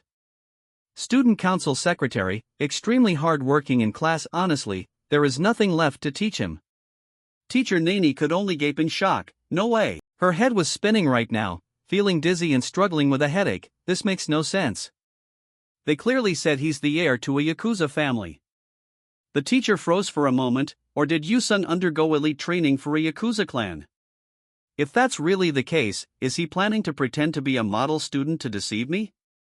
If so, what should I do? The teacher's worldview was now consumed by an endless abyss of fear. Suddenly, Yusung's strangely intense face appeared as he introduced himself. Hello ma'am, I'm Kim Yusung. Teacher Nani stammered in fear, unable to speak properly. Yusung, come on in, I'm not nervous at all, okay? And I definitely wasn't looking up your profile or anything. Yusung could only think helplessly. I didn't say you were nervous. However, the image of a tall, menacing Yusung indeed loomed behind the teacher. He thought to himself, she's openly showing that she's terrified. Meanwhile, the teacher buried her face in her hands, crying internally from fear. He found out I looked at his student profile. I'm going to get kidnapped and forced to break rocks. Standing opposite the teacher, Yusung spoke politely. Ma'am, I came because I heard there's a career counseling session today. The teacher looked blank for a moment. Then she burst into a pleasant laugh. The teacher then said softly, please have a seat first. So, Yusung, do you have any plans for the future yet? Yusung was a bit flustered. Oh right. He quickly continued, actually, I'm still not entirely sure. If I can't find a direction in the end, I plan to take over the family business later on. The teacher thought in terror, the family business? The teacher shuddered, imagining Yusung's gangster life. So he really is Yakuza? Seeing the teacher breaking out into a cold sweat, he called out, Ma'am? The teacher replied nervously, if you don't mind me asking, what do your parents do for a living? He answered flatly, my parents run a small restaurant in Setagaya. Teacher Nani was surprised, a restaurant? Yusung asked back politely, yes, is there a problem? The teacher laughed happily, no, absolutely not.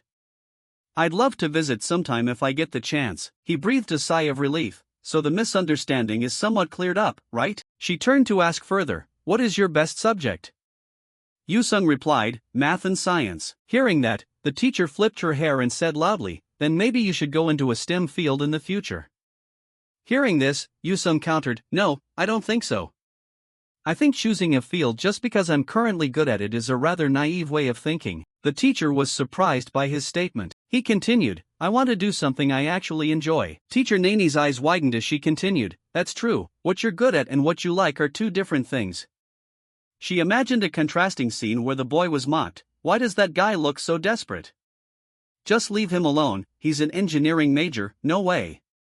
Yusung gave a helpless smile, there's no way I'm majoring in engineering again in this lifetime. The teacher continued, actually, I didn't plan on becoming a teacher in the beginning either. Yusung wondered, then what did you want to do originally, ma'am? She said shyly, finding it a bit embarrassing to admit, promise me you won't laugh. He nodded and replied, yes, I won't laugh. The teacher blushed with embarrassment and said, actually, I used to want to be a voice actress. She recalled her past self. Back in middle school, I was absolutely obsessed with a character from a mecha anime. She remembered further, so during my career counseling session, I said I wanted to be a voice actress, and back then, my teacher told me this. Her old teacher had reminded her, Mizuki, you can always enjoy your hobbies later on. The teacher had continued, so wouldn't it be better to have a stable job?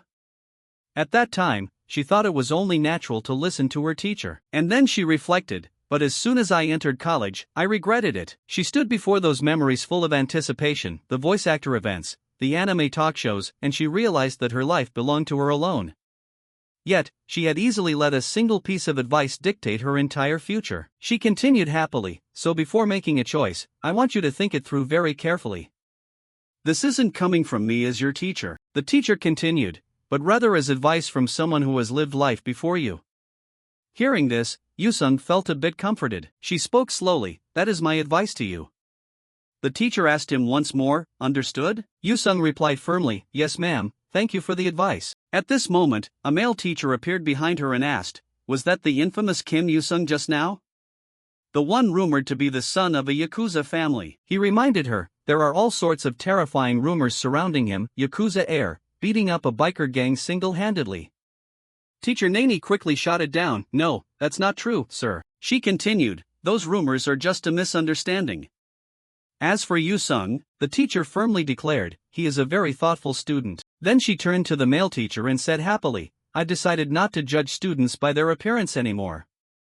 Hearing this, the male teacher scratched his head awkwardly, wait, I was just repeating the rumors. Golden Week, in front of the gate of Sensoji Temple in Asakusa, Tokyo. Looking up, Yusung thought to himself, looks like I got here pretty early. Catching sight of a figure in the distance, he exclaimed in surprise, Madam President? That girl spun around to look, criticizing him instantly, you're late. Yusung was a bit dazed, huh? I'm pretty sure I'm not late. The girl turned back to scold him, do you have any concept of time? Kumiko scolded Yusung snaps, do you even know what time it is right now? Yusung froze, not understanding what was going on. He looked at his phone in confusion and said, but there are still a full 10 minutes left before our meeting time. Kumiko gritted her teeth in pure frustration and questioned him, do you have any awareness at all? When meeting a girl, arriving at least 30 minutes early and waiting is just basic manners. Hearing this, Yusung scratched his head helplessly, is that so? Sorry about that. He thought to himself, then you should have set the time for 11 o'clock instead of 11:30 in the first place. Kumiko was so angry her hair stood on end, and she grumbled a reminder, I'll let it slide this time, but in return, pointing straight ahead, she demanded, buy me a matcha ice cream from that shop over there. Yusung asked her back in confusion, why do I have to buy it? Kumiko's annoyed expression steadily escalated, and she didn't hesitate to deliver a swift blow to him. After getting hit, Yusung had to give in and go buy the ice cream for her, muttering, fine, it's no big deal. Having eaten some delicious food, Kumiko's mood noticeably improved. She exclaimed in delight, so good. This is exactly the flavor. Yusung looked at her and breathed a sigh of relief, I'm glad it's to your liking. After walking a bit further, he turned to her and said, but just wandering around like this isn't going to cut it. Where would be a good place to buy a gift for the exchange student? Kumiko's face went pale as she froze, then she gave an embarrassed smile and quickly skipped along to explain, I remember now, it's not like I forgot, okay? Just follow me. Yusung followed behind helplessly, you clearly forgot all about it. At that moment, a voice calling out through her earpiece made Kumiko freeze, Milady. The sound from the earpiece continued to prompt her, there's a handicraft shop 2 blocks away. Suggest picking out a gift there. On the other end, the maid continued to remind her, and don't forget to act natural. The butler beside her also chimed in, try to show a bit more of your feminine side. As it turned out, these two were the maid and butler of the Senju clan, named Akaji Minami and Akaji Shinshiro. They were currently carrying out an intelligence mission to ensure Lady Kumiko's date would be a success. Upon entering the shop and seeing a Buddha statue, Kumiko blurted out, praising it with an awkward smile, "This Buddha statue is so majestic. Wouldn't using something like this as a gift be wonderful? It would probably be perfect as a home decoration too." Yusun's face darkened in shock as he asked back, "This thing?" The owner in the background heard this and burst out laughing. The young lady certainly has a keen eye. Flattered by the praise, Kumiko replied with a pleased smile, "That's all thanks to the aesthetic sense I've cultivated since childhood." The owner took the opportunity to introduce more, "Then please take a look at these items as well." Yusung was completely startled when he saw the price tags. Kumiko said excitedly, "Excellent. With my sharp eye, I will appraise all the treasures in this shop." At this moment, the voice in her earpiece quickly reminded her, "Milady, now is not the time to be doing that." Hearing this, she snapped out of it and focused back on the task at hand. Seeing that she was no longer enthusiastic, the shopkeeper asked out of concern, "Milady, what's wrong? Are you not feeling well?" Kumiko replied embarrassedly, "No, I just suddenly felt a chill down my spine." She then walked over to a corner and hissed at her people, "Keep your voices down." In the background, the owner also took the chance to pitch to Yusung, "Would you like to buy a Buddha statue too, young man?" He quickly rejected it repeatedly, "No, no thanks." Minami reminded her sternly through the earpiece, "Milady came to Asakusa for a date, not to look at Buddha statues. Look at the person behind you." Turning back to look at him, the maid reminded the young lady, "Kim Yusung is just staring blankly at his phone over there." Minami continued to lecture, "One of the basics of dating is not letting your partner get bored." Kumiko nodded seriously, "I know, okay." So Kumiko stepped up, tugged at his sleeve, and said shyly, "Oh dear, it totally slipped my mind." She quickly explained to the shopkeeper, "I just remembered I have urgent business to attend to. We must leave immediately." Then she pulled Yusung along and bolted outside. Having lost a valuable customer, the owner asked in a panic, "Milady, what about the appraisal of my collection?" Once outside, Yusung asked her in confusion, "Madam President, are you okay?" He asked worriedly, "Nothing bad happened, right?" Looking back at Yusung, she gave a forced smile and explained, "It's nothing, I just felt a little dizzy for a moment." "Come on, let's head to the next spot."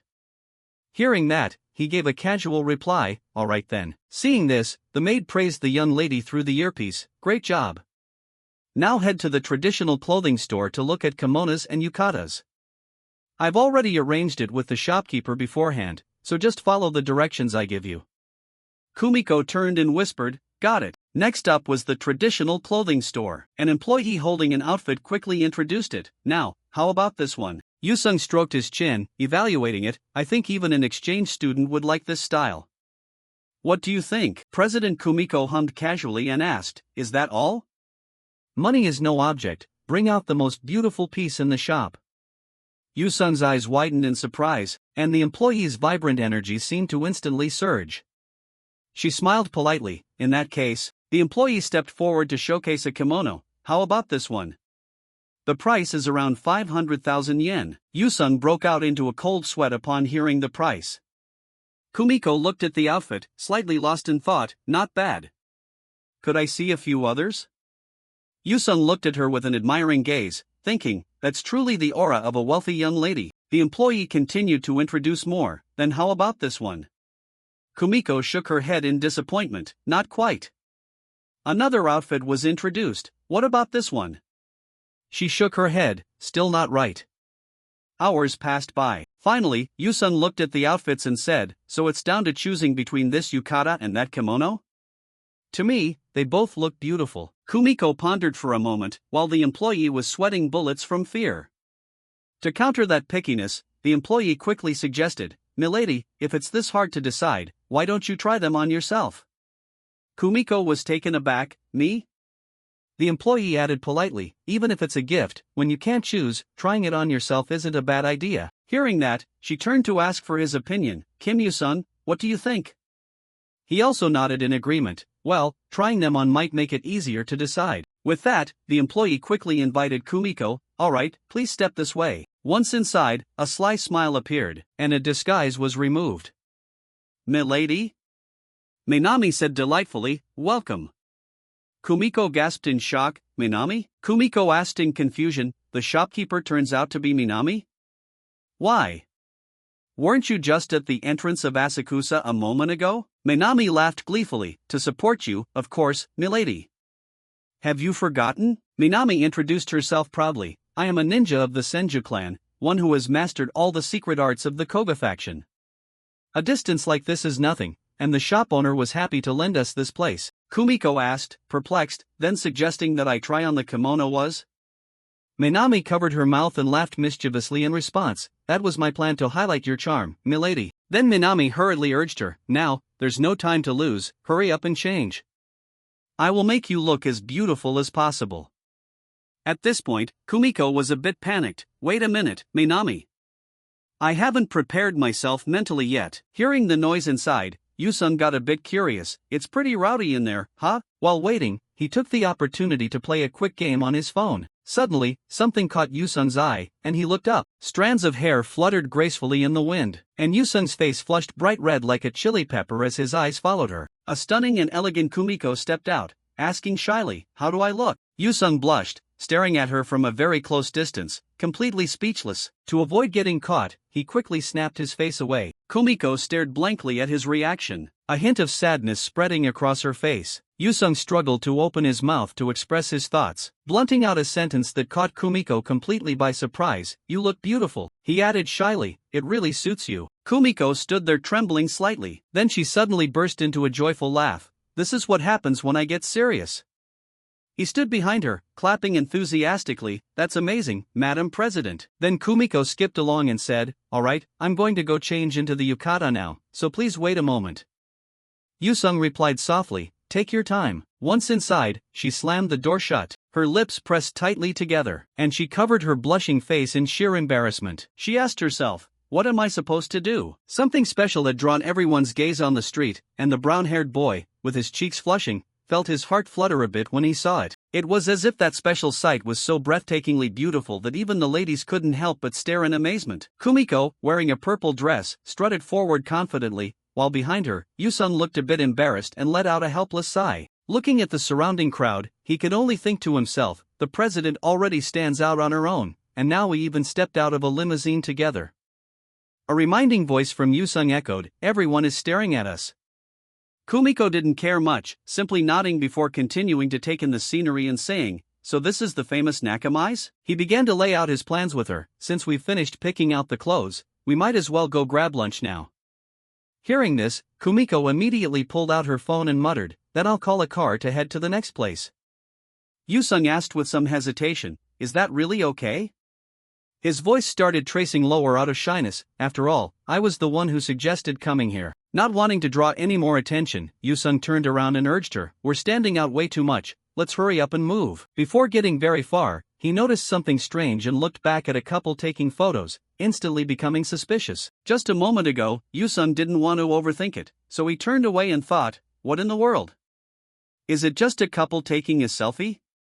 I thought they were taking pictures of us." Her voice called out, "Let's go." Hearing her, he quickly replied, "Coming." The trembling figures of Minami and Shinshiro were struggling to stand straight. Knowing that the two had left, she finally dared to breathe a sigh of relief. Minami placed her hand over her heart, gasping for air as she said, "That was a close one, we almost got caught." Shinshiro snapped back in frustration, "I told you not to get too close." Their emotions quickly settled down, and her voice turned serious. "We still have to report back to the young lady, we can't just take careless photos." He watched the figures fade into the distance, clicking his tongue as he replied, "That Kim Yusung guy really has no idea how lucky he is. He is completely clueless that an amazing person like the young lady likes him." Minami shot him a look and said coldly, "I don't care whether you hate Kim Yusung or not, but at least you know better than to show it in front of the young lady." Shinshiro signaled that he understood. "I got it." Still on the job, he suddenly asked, "But isn't there a restroom around here?" She reminded him with irritation, "We are on a mission right now.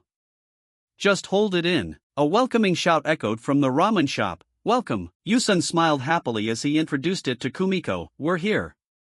This is my go-to spot."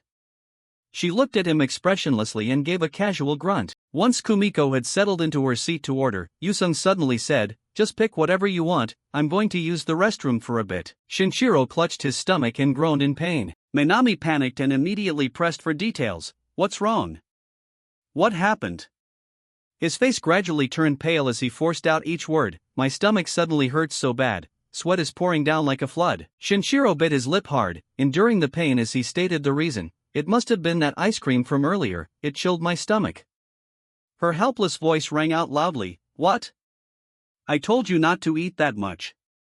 The young lady is coming soon, sneak away quickly." Having only waited for this permission, he quickly clutched his stomach and ran off, not forgetting to say, "Sorry, I can't hold it anymore." Watching his retreating figure, Minami could only let out a sigh. In the men's restroom, after taking care of business, Shinshiro felt relieved and said softly, "Crisis averted." Stepping outside, he was surprised to see a familiar back. "Wait a minute." Shinshiro walked up, pointed straight at Yusung's face, and yelled at the top of his lungs, "Kim Yusung."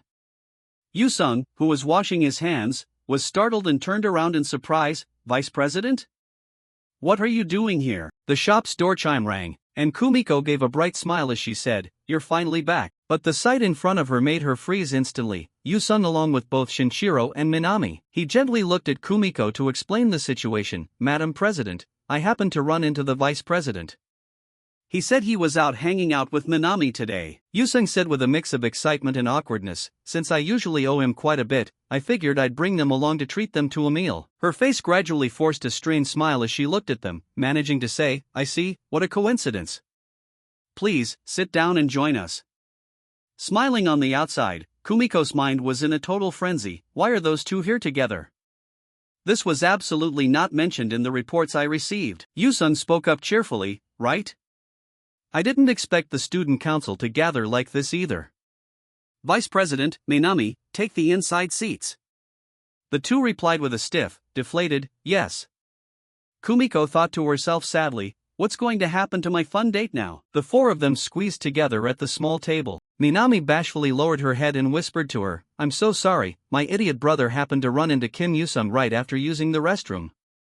Kumiko replied helplessly, "There's nothing we can do about it now. Just act natural for the time being." Steaming hot, delicious bowls of ramen were served. She looked at it with some curiosity, her hand moving to her chin in amazement. Seeing that expression, Yusung thought to himself, "Don't tell me." Not wanting to let the suspense drag on, he asked, "Is this your first time eating ramen?" Kumiko replied in a soft voice, "I've seen it a lot online, but..." Minami began to guide Kumiko on how to eat the dish. "Milady, normally when eating ramen, you have to taste the broth first." She watched intently with excitement and nodded. Beside them, Yusung's gaze couldn't have been more judgmental. He sat there thinking, as expected of a rich young lady, she's never eaten common food like this before, huh? Shinshiro sat beside him and spoke up loudly in annoyance. "Hey, that question just now was incredibly rude to the young lady." Chopsticks lifted the noodles and gently fed them into Kumiko's mouth. Her eyes sparkled with anticipation as she asked, "How is it?"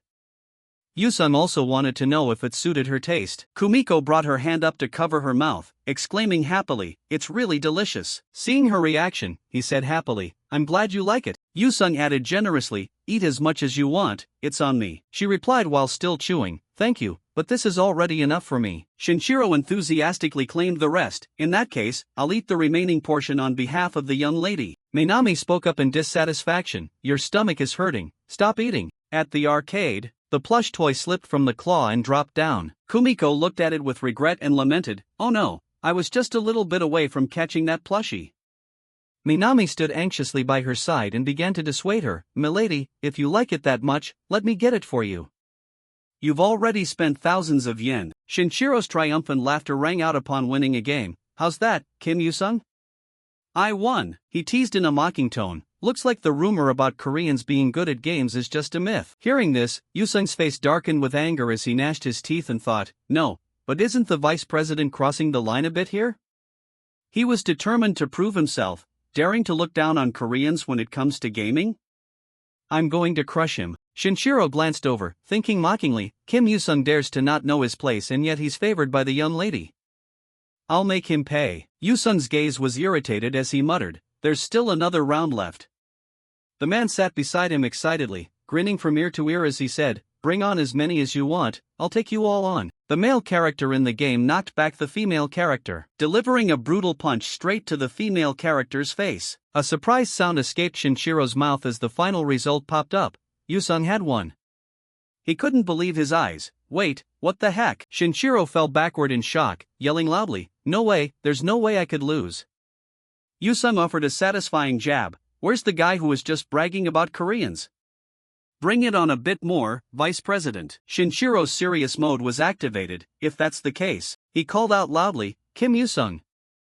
Yusung was slightly startled. "What?" He pointed at the punch force machine and said resolutely, "Let's settle this once and for all with that." He scratched his face, looking at it and saying, "A punch force machine?" Shinchiro thrust his face close to Yusung's menacingly. "That's right. If you're a man, don't rely on games, settle it with raw strength." Yusung explained in confusion, "Ah no, I didn't intend to go that far." Without letting a single word sink in, Shinchiro suddenly began unbuttoning his shirt one by one.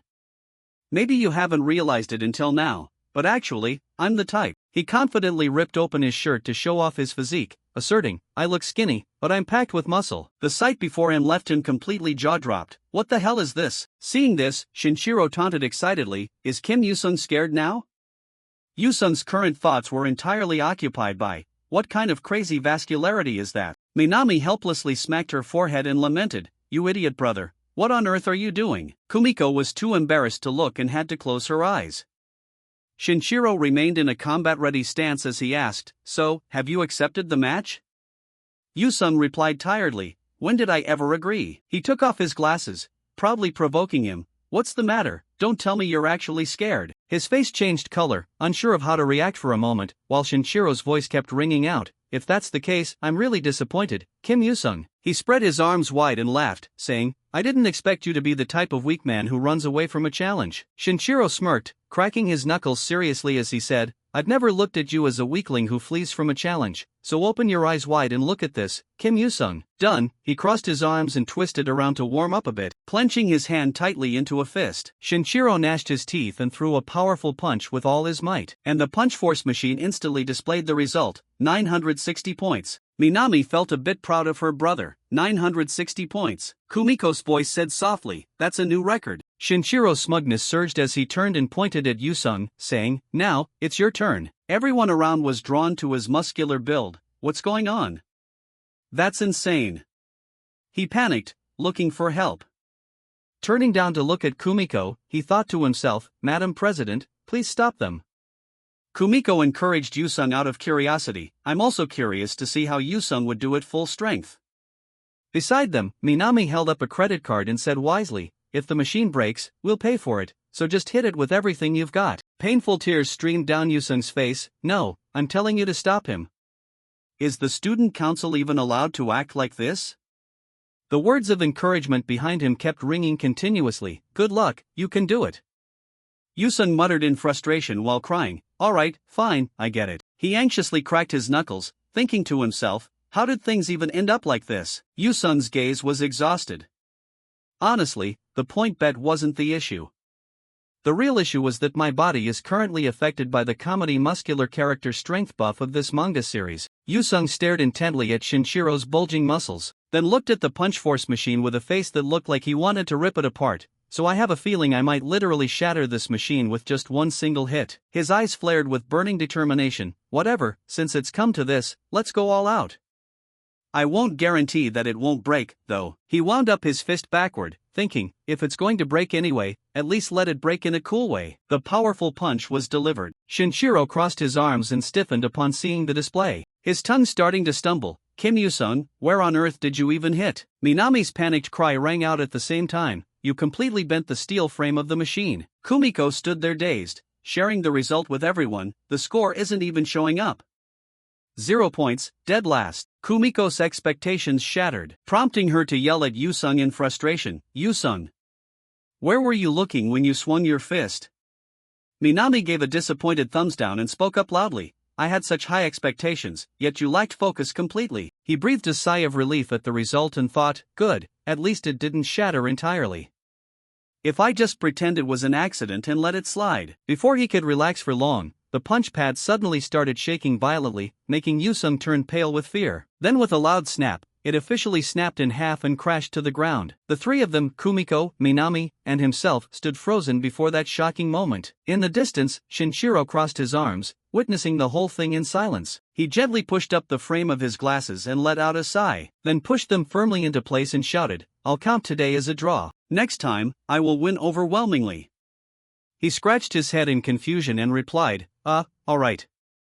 In his heart, he felt a bit relieved. Well, I guess that counts as settling things smoothly. In front of the sticker photo booth, Yusung's voice rang out, sounding a little flustered. He pointed inside excitedly, wanting to take photos together, but since everyone is gathered here today, why don't we take some sticker photos to commemorate the occasion? Hearing this for the first time, Kumiko asked in curiosity, "Sticker photos?"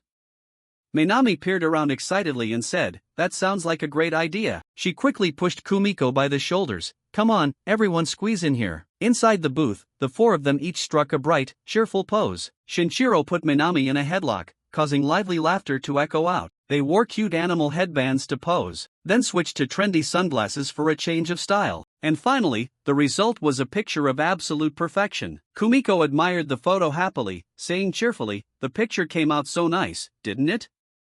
Everyone was laughing and smiling, except for Shinshiro in the back, who muttered in frustration and annoyance, "What the heck?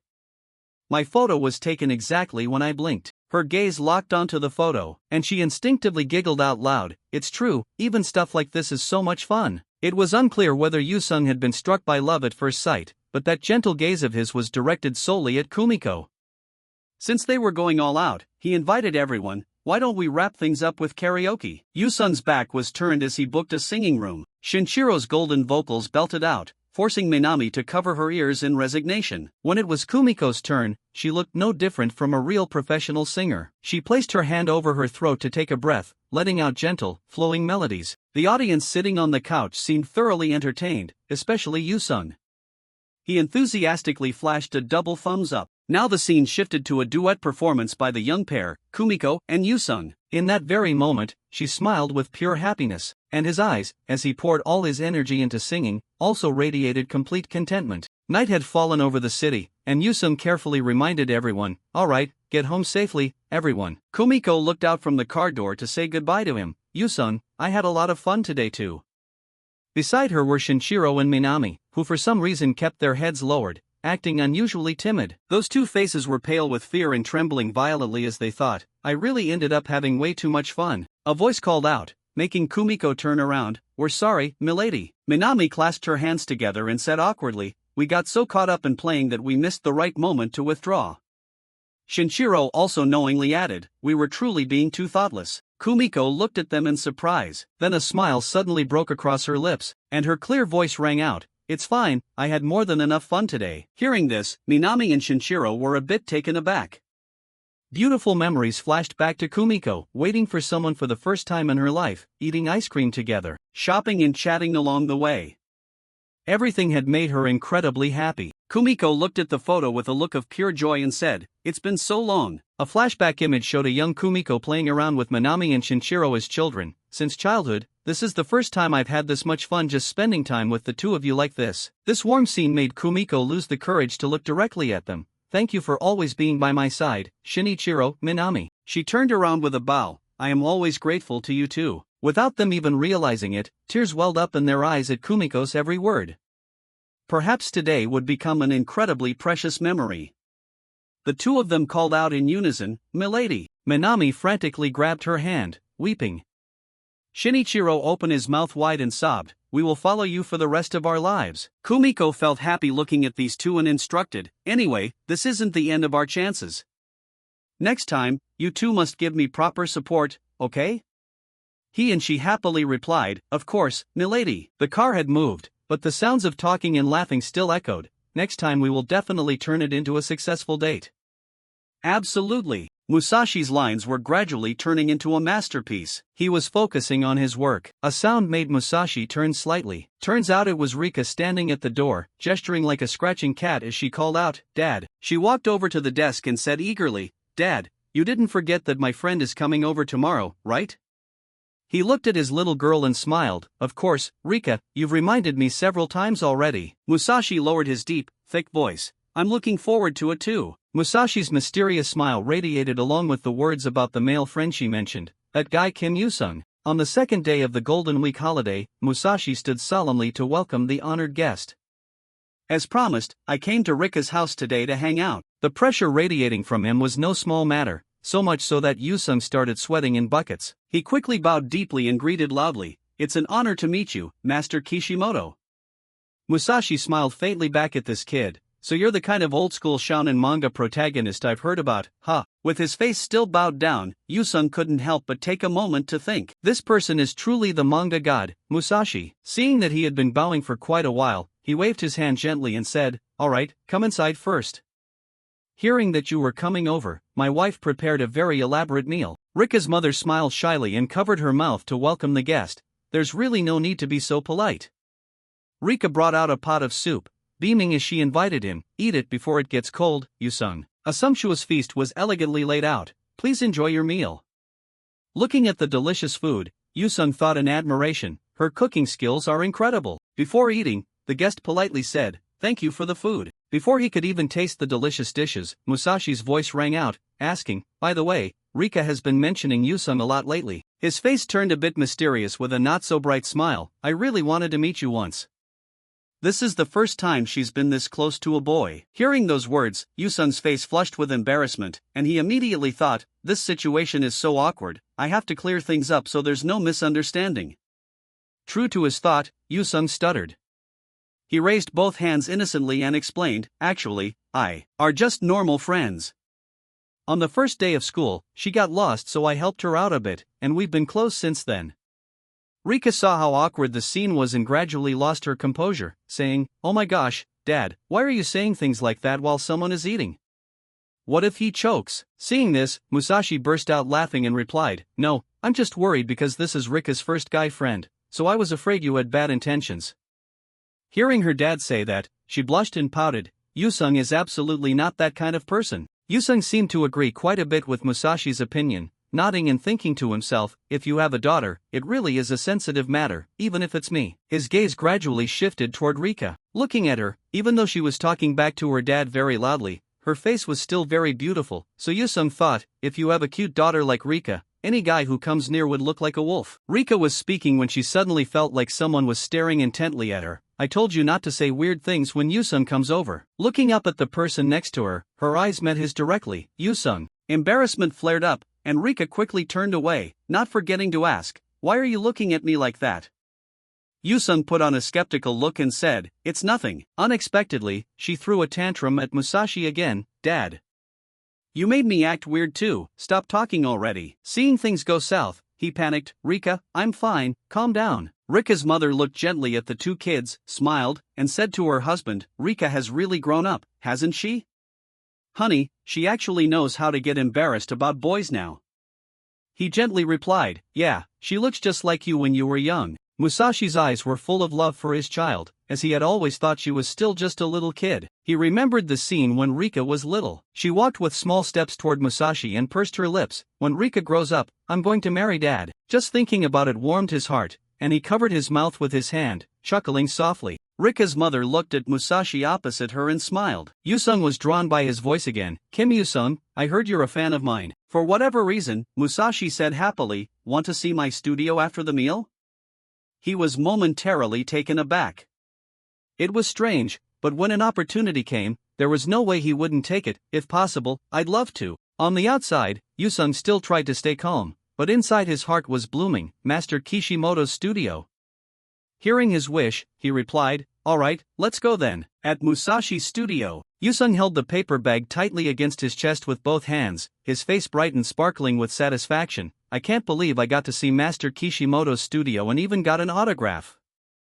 I have no regrets in this life. Is this what it feels like to be a successful fanboy?" His happiness even spread to Rika.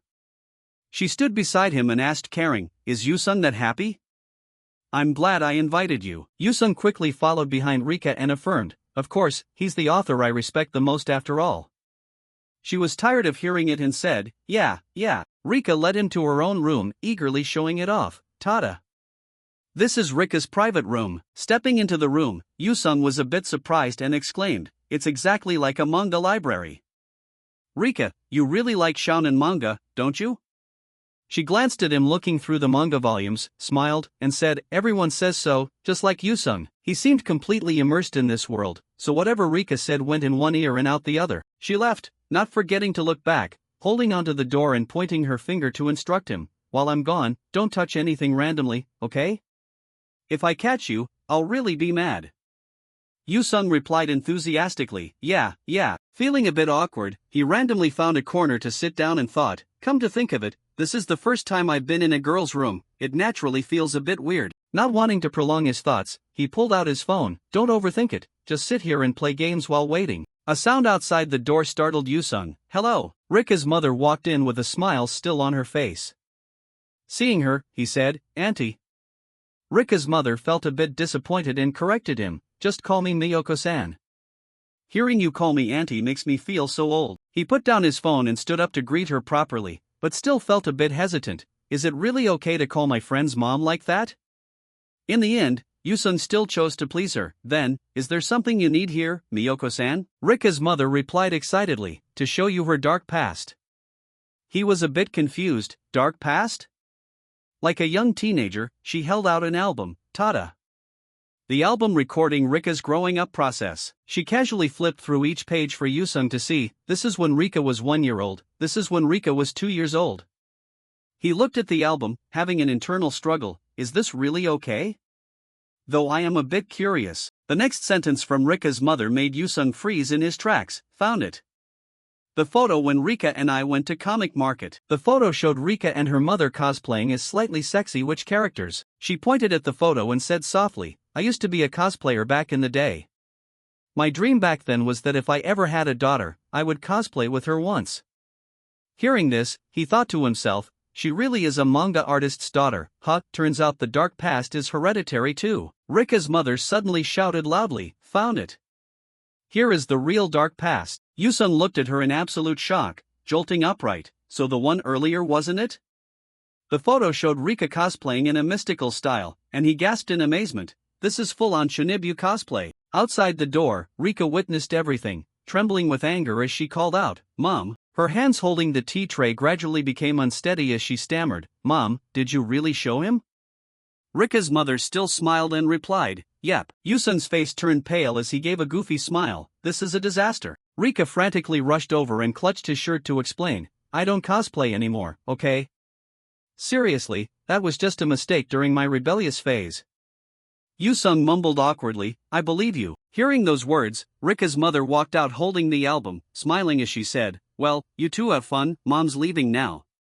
She looked at her angrily and snapped, "Don't come back." Now there were only the two of them left in the room, and the atmosphere became suffocating. Rika lowered her face, not daring to look directly at the person in front of her. "You won't tell anyone about this, right?" Yusung looked at her, feeling flustered as he reassured her, "Of course not, plus I don't have anyone to tell anyway." Rika's face began to turn red, and tears started flowing from her eyes. Seeing this, Yusung whispered hesitantly, "You don't need to be that embarrassed." An awkward smile formed on Yusung's face, who hasn't had a Chinibya phase at least once. Rika replied to him gloomily, "But there's no way Yusung was ever like that." Yusung blushed, scratched his head, and said, "No way, back in middle school, I was totally serious about it." She was a bit surprised. "Really? Yusung used to be like that?" He calmly held up his phone, wanting to show her. "Want to see a photo?" Rika's pupils dilated in anticipation. Yes. After searching for a moment, Yusung found it and announced, "Found it." He handed the phone straight to her. Rika glued her face to the screen and screamed out loud. This was a photo of Yusung dressed up looking very bizarre, with text edited on top, "O destiny, despair before the power of darkness. The black dragon within me is roaring." She double-checked in disbelief. "This is really you? That's Yusung?" Rika's eyes sparkled, looking at him with a bit of regret as she said, "You were so small and cute back in middle school, how did you turn into such a beefcake now?" Yusung pouted and muttered, "Is that the issue here?" He reminisced and told her, "When I was little, I felt I was too weak and lacked masculinity, so before entering high school, I started working out. It happened to hit right during puberty, so my height shot up too. Rika seemed quite amused looking at the photo and said, if I had transferred schools 2 years earlier, maybe I would have seen Yusung like that. What a shame. Taking a look at her, Yusung asked, what? You mean you don't like the current me? The moment the words hit her ears, Rika reacted quite strongly. What are you saying? Do you have any idea how much I like the current Yusung? After saying it, she suddenly realized she had let it slip and quickly covered her mouth with her hand. Yusung temporarily looked at Rika awkwardly. Just like that, the two looked at each other in embarrassment, not knowing what to say. Rika awkwardly turned her gaze away. Suddenly, Yusung called her, Rika. The uncomfortable confusion in Rika's heart flared up, forcing her to hastily interrupt him. I like. The two of them blushed furiously, scratching their heads and telling themselves, exactly, just good friends, just good friends. Perhaps you already understand what I want to say. Yusung was thrown into a fluster and said, of course, a very important friend. Her face had completely flushed red, her hands clenched tight. Rika kept squirming and shouted loudly, I consider you a very important friend. Having spoken all the words in her heart, the two returned to a state of silence. The one to break that atmosphere was always Yusung. He spoke up and called Rika, turning to look at her with a gentle smile. Yusung then showed his gratitude, thank you for inviting me to your house today. I even got to meet Master Kishimoto and got an autograph too. I probably won't be able to forget today for the rest of my life. Seriously, it's truly a core memory. Rika awkwardly scratched her head and replied to him, don't say that. Ever since the first day I moved here, Yusung has helped me a lot already.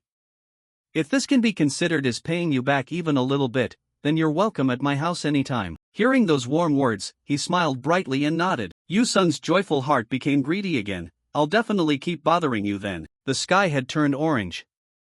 Rika's voice rang out, by the way, you don't need to leave so early, do you? His tall and muscular figure replied in a deep voice, I've overstayed my welcome long enough. Plus I should probably head home to have dinner with my family. Yusung's incredible memory kicked in. Oh right, didn't you say you're traveling abroad with your family starting tomorrow?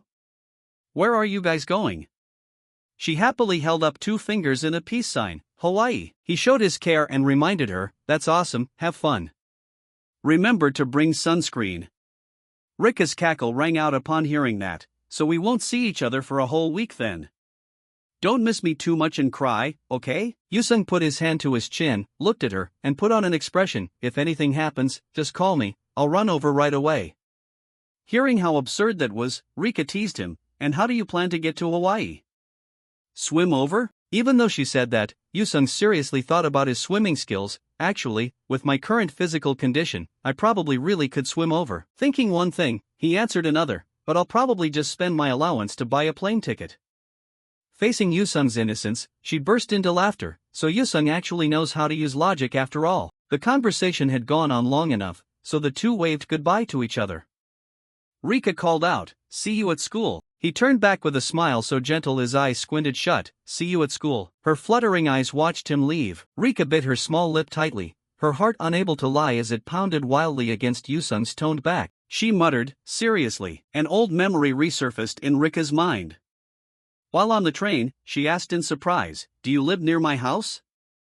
Yusung handed the ticket to Rika and replied solemnly, I live near Chitoskarasuyama Station, just 2 stops away from school. She smiled brightly and invited him to eat kimbap. It's just kimbap, it's nothing, as long as you like it. Yusung sat up straight, glanced over, and replied, remember to tell your mom that it's delicious. Then there was Rika's gentle, hesitant voice, today you did your best for to do after all. Someone who is willing to go that far for others, in my eyes, is a good person. Or on the crowded bus, he gallantly used his body to shield her. I know it's a bit cramped, but bear with it for a bit, we're almost there. Yusung put his face right up close to Rika. Suddenly his hand slid straight down to grab her slender hand. We'll lose track of them at this rate. Hold my hand. Returning to reality, Yusung's gentle smile today had truly left Rika lost in thought for a long time. That infatuated face just stood there blankly, staring in the direction he went even though he was already far away. Golden Week holiday, the 5th day at Akihabara. A pair of black sneakers walked down the street. Walking while checking his phone, Yusung scrutinized it and muttered, alright, finished buying everything on the list. He looked up at the sky and pondered, should I grab something to eat before heading back? Or should I drop by that familiar ramen shop? Someone's small foot wearing a boot was rushing over incredibly fast, crashing right into Yusung's thoughts.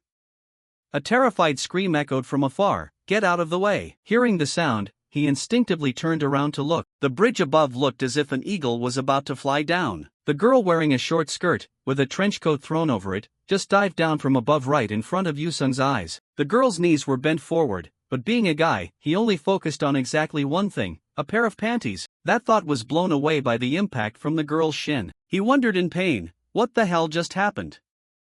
The impact was quite strong, causing Yusung's nose to bleed profusely, his face frozen as he stammered, out of nowhere, a pair of panties just flew out. With his manly instincts kicking in full gear, he suddenly remembered that it was a young lady. Wait, this is bad. Yusung quickly scooped the girl up into his arms. Lying in his arms, she didn't even bother to give Yusung a single glance, only letting out a cold tisk. Yusung looked at the girl in dissatisfaction, thinking to himself, I caught you from falling and only get a TSK in return? You even ruined my clothes. Right when he set her back on the ground, a group of people dressed in black suits ran over and called out loudly, "Milady!"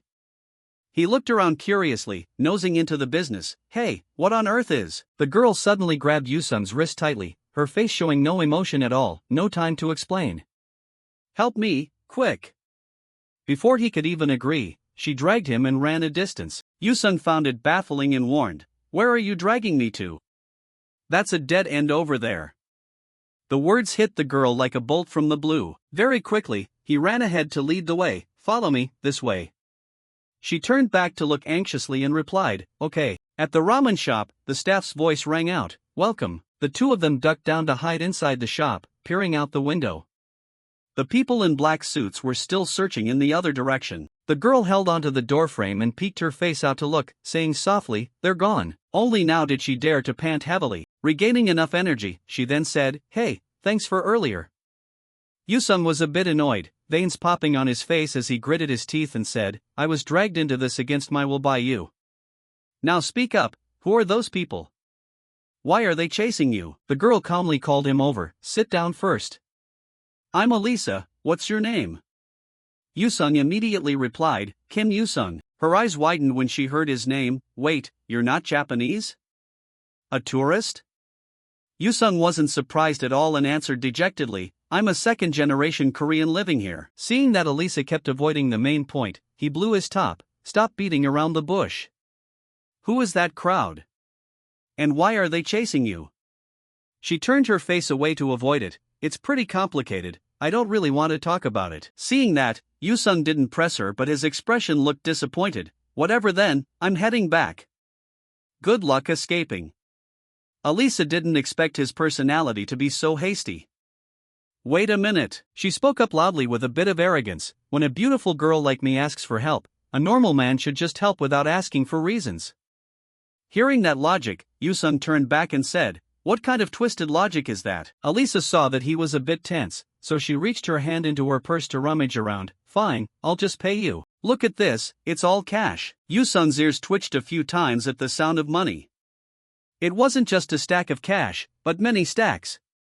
True, seeing money and not being crazy for it means you'd have to be insane. He immediately turned around, grabbed her hand, and said, Deal. From now on, I'll be your bodyguard. This amount of money is enough to buy so many manga series.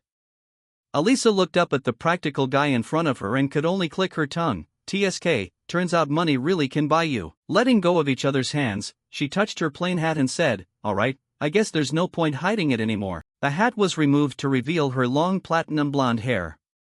Her voice rang out, My dad is a very powerful man in Russia. Hearing the answer, Yusung also froze for a few seconds. She continued talking, so right now looking at her, she was no different from a manga character stepping into real life. Those people are probably planning to kidnap me for ransom. Looking at the person in front of him, he panicked and remembered a school-life manga. Wait. This girl is definitely someone from that manga. It's that super famous Russian character. One of the female leads. Alex. Wait, Alex, what again? At the clothing store, a shopping trip had ended. Thank you, please come again. Sasha stepped out in a new outfit, a tight-fitting crop tank top that hugged her waist along with stylish shorts. On the outside, she wore a trendy bomber jacket combined with a baseball cap. She posed slightly and asked, How's the new look? Yusung looked her over and gave his evaluation. It definitely looks a lot easier to move around in. Hearing that it sounded good, Sasha instructed, "Good, now you just need to protect me until 7 p.m. A bit worried, he double-checked to be sure. "Are you sure that's enough?" She acted like it was no problem, crossing her arms confidently as she said, "I can handle it myself after that. By the way, I just remembered, is there anywhere worth visiting around here? This is my first time in Japan." Yusung felt strange at what Sasha just said and wondered, "You plan to go sightseeing while being pursued by kidnappers?" She started laying out her reasoning, arguing that crowded places make it easier to hide. Sasha stared at his dumb face and continued, "It's harder for them to make a move in a crowd too." Hearing it make sense, he muttered, "I guess that's true." Yusung looked at her appearance. Alexandra Ivanovna Romanova, commonly known as Sasha, a famous character in the original work and a female lead from Russia. Normally, her first appearance should have been meeting the protagonist Sakamoto Yoichi, but for some reason, the person who met her first was me. Yusung imagined himself in the appearance of the orange-haired male lead. Am I the main character now? He recalled the chase scene and thought, in other words, maybe this is even before the time she officially appears in the storyline. Thinking it over made him a bit uneasy, and Yusung hesitated, but wait. Why is a female lead being pursued? I don't know if I should get involved in this anymore. He remembered when Sasha took out the money and his own words. Are you trying to bribe me with money? Do you think doing that insults me? When she held up the stack of cash excitedly, the power of money truly was immense. Yusung could only feel helpless, but that amount of money really is too much to refuse. Returning to the present, he sighed and tried to think. Whatever, just need to hold out for 6 hours and it's over. It seemed that seeing Yusung with a headache brought happiness to Sasha, which was why she peeked out with a secret smile. Sasha's gaze fixed tightly on him with pride. My eye for people is very good. She recalled the moment Yusung carried her and felt smug. Just by looking, she knew this man was very strong. He would definitely hold them off for 6 hours. Sasha spoke up, glancing at him as she said, "Let's go now. If we stay in one place for too long, they'll find us." Just as she finished her sentence, a loud shout echoed, "Hey, freeze right there. Catch him." A whole squad of men in black suits came rushing fiercely over. Seeing this sight, Yusung's face turned pale. Damn it, how did they find us so fast? The two of them ran as fast as their legs could carry them. While running, she questioned suspiciously, "Don't tell me there's some high-level KGB agents?" Hearing that strange name for the first time, he had to ask back even while running, "KGB what?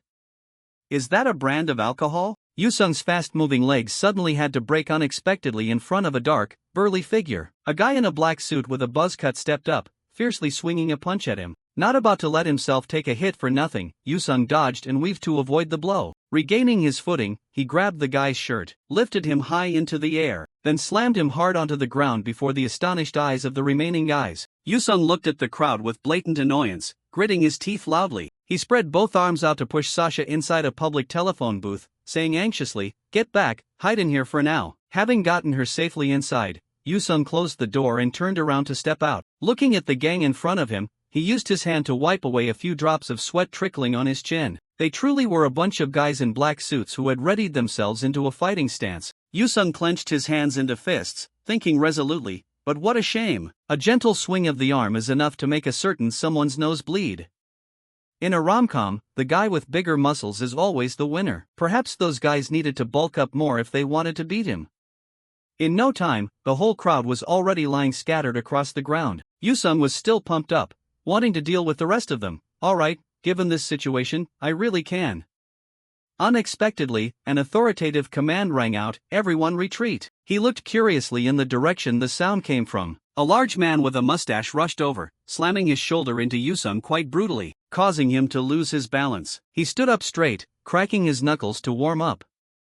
All around, the men in suits bowed respectfully. Captain Boris. At his feet was Yusung, sitting flat on the ground. He looked up at Captain Boris, thinking to himself, who is this giant now? A surprise attack? That actually hurt. The intense gaze he directed at him still hadn't faded. But I wonder if my rom-com muscle strengthening buff works on this guy?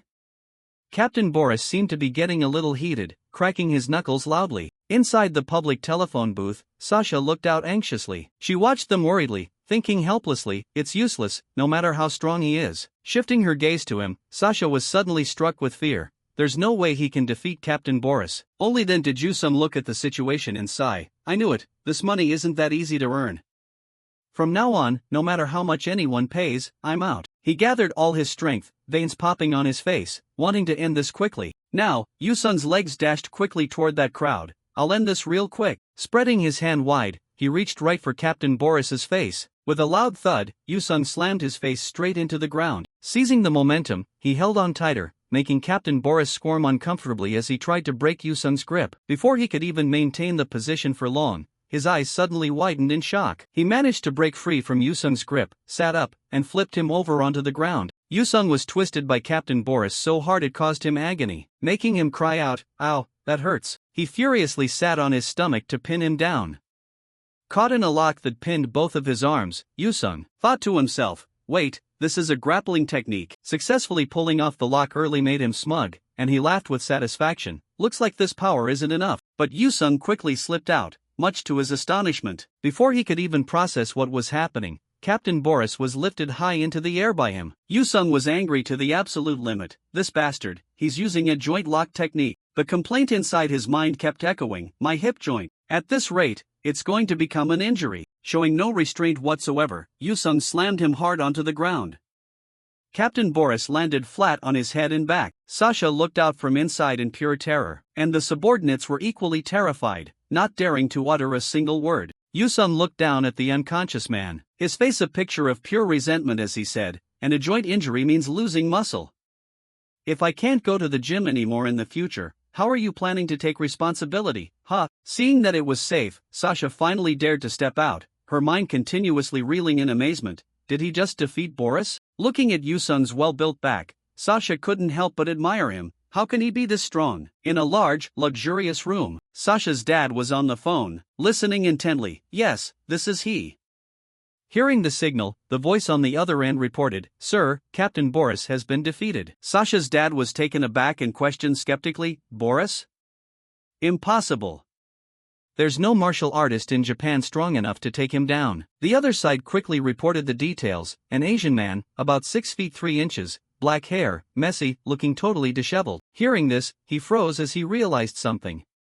Sasha's dad grimaced, wanting to confirm, "The black yaksha, is it him?" The computer screen glowed brightly with lines of information, and he thought to himself, "I just heard from an acquaintance in his security detail. Is the news of the black yaksha's return actually true?" A reply text immediately popped up, "It's true.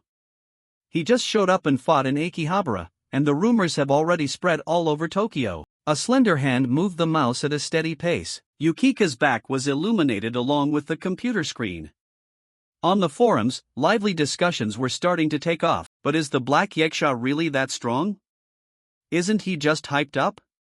If he's really that amazing, why did he suddenly disappear without a word? They say he used to be the strongest contract killer in the underworld. You rookies really don't know anything. She read every single line intently, as if not wanting to miss any vital piece of information. Back then, when Ivan the Destroyer wanted to find a worthy opponent, he organized the first God of Fist tournament in 1999. The screen displayed a photo of a massive man in fighting gear looking rather intimidating, and then Fuma Kotaro appeared out of nowhere, competing only that one time. That person's eyes flashed with a powerful purple glow.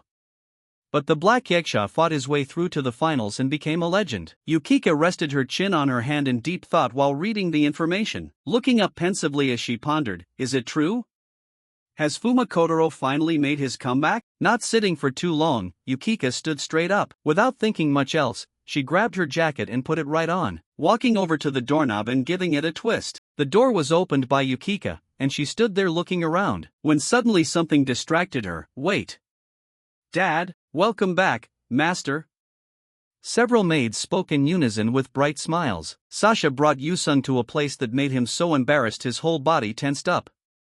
She was quite surprised, not expecting things to turn out like this, and exclaimed, "They actually greet you like that? I've always wanted to hear that line just once." He was completely helpless at this sight, slapping his hand against his forehead and groaning inwardly, "Of all the places we could go, you just had to choose a maid cafe."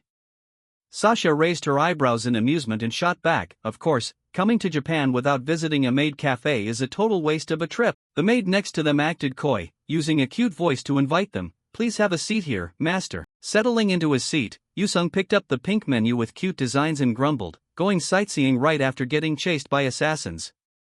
How can you be so carefree?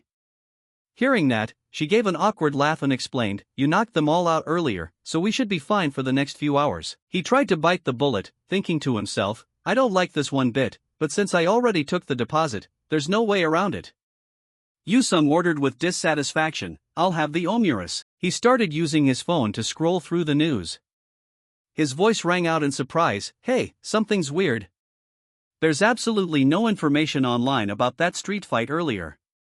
Sasha stared at him, then waved away Yusung's concern. It's probably due to an EMP, electromagnetic pulse. This jargon was something he was hearing for the first time, so he was a bit confused. An electromagnetic pulse? A continuous explanation from her began. When wise operatives execute a mission, they deploy an EMP beforehand. It starts by disabling all electronic devices in the surrounding area. Hearing Sasha talk for a while made Yusung's head spin before he could even process it. By the way, what the hell is Y anyway? She didn't hesitate to give him an answer. Y stands for Yggdrasil, a massive military-industrial conglomerate in Russia. Yusung still didn't get it and asked, then why would a place like that want to kidnap you? Sasha tilted her head and replied coldly, I already told you, I'm the child of a very powerful figure. He muttered blankly to himself, did you say that? Master, a whiny call rang out. The short-haired maid gave a cute wink, holding 2 plates of food as she said with a graceful posture, thank you for choosing me today, Nyan. I'm the ace of the shop, cat maid, and it's a pleasure to serve you both. This scene officially turned Yusung to stone, while Sasha was still looking forward to it with great excitement. Look, the maid has cat paws. He looked at the 2 people in front of him, frozen as he groaned internally, I thought I was used to otaku culture. But this is seriously too much to handle. The short-haired maid smiled brightly, handing the food to Sasha. Here is your omurus, Nyan. Her eyes sparkled with happiness as she marveled, this looks delicious. Yusung received his portion and picked up his spoon to scoop some. Thank you for the food.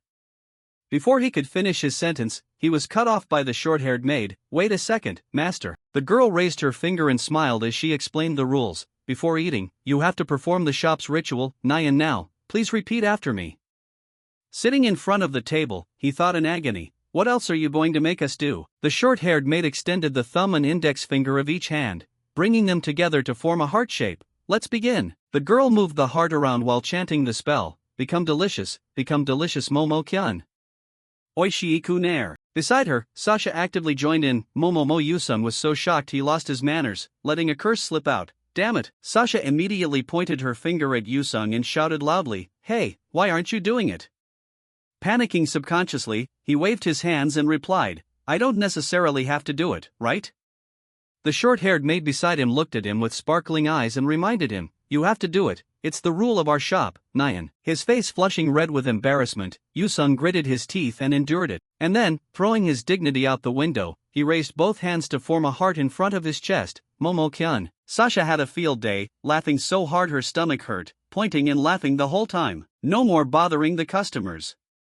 The short-haired maid then bowed. Well then, please enjoy your meal, Nyan. He was too embarrassed to even look up, asking in a low voice, do you find this that funny? Sasha was still laughing to the point of tears, refusing to stop. It's absolutely hilarious. Ignoring Sasha, all Yusung wanted to do now was fill his stomach, so he put a bite into his mouth. I'm exhausted. But at least this food is actually good. Before he could have some peace for long, that short-haired maid returned. Are you enjoying your meal, Nyan? She brought them a cat ear headband along with a deck of cards, saying excitedly, I've been given special permission to play a card game with you. Sasha showed an interested look, checking it out as she replied, sounds like fun. Looking at the cat ear headband, Yusung stuttered in fear, wait, that headband, don't tell me.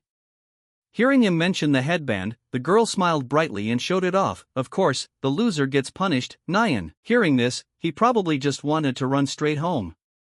The short-haired maid's voice kept ringing out, until the next round ends, the loser has to wear the cat ear headband and end every sentence with Nyan. Yusung looked at the girl with a pale face, wanting to change to a safer punishment. Is there no other punishment? Sasha dangerously raised her hand and giggled with complete smugness. What's the big deal? You just need to win. Don't tell me you're scared? She had accidentally succeeded in pricking his pride. Yusung picked up the deck of cards, his face gradually warping with a desperate desire to win. Fine. If that's the case, I will definitely win this time. However, determination still couldn't beat reality. In the end, the cat ear headband sat proudly on his head. Yusung resignedly wore the headband, while Sasha was still egging him on. Come on, you have to say something for the punishment to count. The short-haired maid agreed, chiming in, that's right, say something, Nyan. Yusung reluctantly clenched his fists, his mouth still trying to move to carry out the punishment. Let's play one more round, Nyan. Sasha burst out laughing, spraying spit everywhere. His face darkened in irritation, while beside him, her laughter showed no signs of slowing down. Pfft. That doesn't suit you at all. Yusung trembled with anger, thinking to himself, damn it, I'm definitely winning the next round. After the meal, the maids bowed as they left. See you next time, master. Having sat for a long time, Sasha stretched her arms out wide, smiling and saying, that was so much fun. Meanwhile, the guy beside her pouted in dejection because he hadn't won a single time. Yusung kindly checked in on her, it's almost 5 o'clock, and you haven't visited any of the places you wanted to see yet. Is that okay? She smiled gently, it's fine, thanks to you, I've had a really great time. Sasha took step after step behind him, when suddenly she spoke up in a serious tone, actually. I have something to confess. The people you beat up on the street earlier were all bodyguards hired by my father. Yusung looked at Sasha in surprise, but didn't press her too hard. What? They were your people? She bowed her head apologetically, sorry for lying to you. Since I finally got to come to Japan, I wanted to do some sightseeing, so I snuck out of the hotel. I didn't expect things to turn out like this. Sasha clasped her hands behind her back, trying to politely send him away. So you can head home now. I'll contact the bodyguards and head back to the hotel myself. Thank you so much for today. Finally found you. A menacing chuckle from a man rang out. His gaze stared intently at his beloved daughter from a helicopter that was flying in. Yusung was a bit stunned. What? The helicopter door was already open, and Sasha's dad leaned out before diving straight down to the ground from a high altitude. His gaze was stern as he said loudly, "You've caused enough trouble, Sasha. Thanks to that, it didn't take much effort for me to find you." Yusung looked at the man who had just jumped from the helicopter in front of him in amazement. Sasha's dad turned to look at him, his voice dropping to a growl. "And who are you to dare call Sasha so familiarly?" Sasha asked in a panic. How did you find us?" Sasha's dad stood up, his stature terrifyingly massive, as he softly replied, "I have some personal business to take care of here, my daughter." Sasha's dad stepped gently toward his daughter and said casually, "I have personal business to settle here, my daughter." Sasha saw him and became anxious and panicked. Her hands involuntarily clasped tightly together, stammering, "Dad. I'm sorry for leaving without permission. I was just about to head back." Sasha's dad looked at her calmly. "That doesn't matter anymore." Yusung heard them talking and his mind started racing. Dad? So that man is Sasha's father? Finding it weird, he blanked out and questioned himself. But wait, why do these two Russians speak fluent Japanese anyway? Well, I guess it makes it easier for me to understand. The manga world sure is convenient. The conversation between Sasha and her father was still ongoing. He spoke up. "I happened to hear news that the Night Walker appeared in Tokyo." Sasha was confused by what her dad just blurted out. The Night Walker? Why are you suddenly bringing that up, Dad? Sasha's dad seriously explained every word thoroughly. Do you really not know? The Japanese guy you hired as a bodyguard. Being mentioned, Yusung felt a jolt, pointing a finger at himself and wondering, me? His voice began to grow deep and thick as he said, "You've been gone for about 10 years, haven't you?" An image of a person dressed in black with a fully covered face appeared along with the voice of Sasha's dad, the legendary assassin, the Night Walker, Fumakotaro. He pointed his finger straight at his face to affirm it. Meanwhile, Yusung hadn't even had time to understand what was going on. What the hell is he talking about? Suddenly, Sasha's dad flew into a rage and shouted loudly, "Come on, Night Walker. Today we will finally settle the score from 10 years ago." But taking a closer look at the idiot in front of him, he found it a bit strange and asked back, looking closely, "Who are you?" Yusung, tired and helpless, muttered, "I was just about to ask you that same question." Still keeping his manners, he introduced himself, "I'm Kim Yusung." Hearing this unfamiliar name, Sasha's dad brushed it aside and pressed further, "Do you know a person named Fuma Kotaro?" Yusung also looked at him honestly and answered, "No, today is the first time I've heard that name." Hearing that, the two of them temporarily didn't know what else to say besides remaining silent. Sasha's dad fell silent in thought, while Yusung's voice rang out, "Well, since your dad is here, I'll take my leave. Get home safely, Sasha."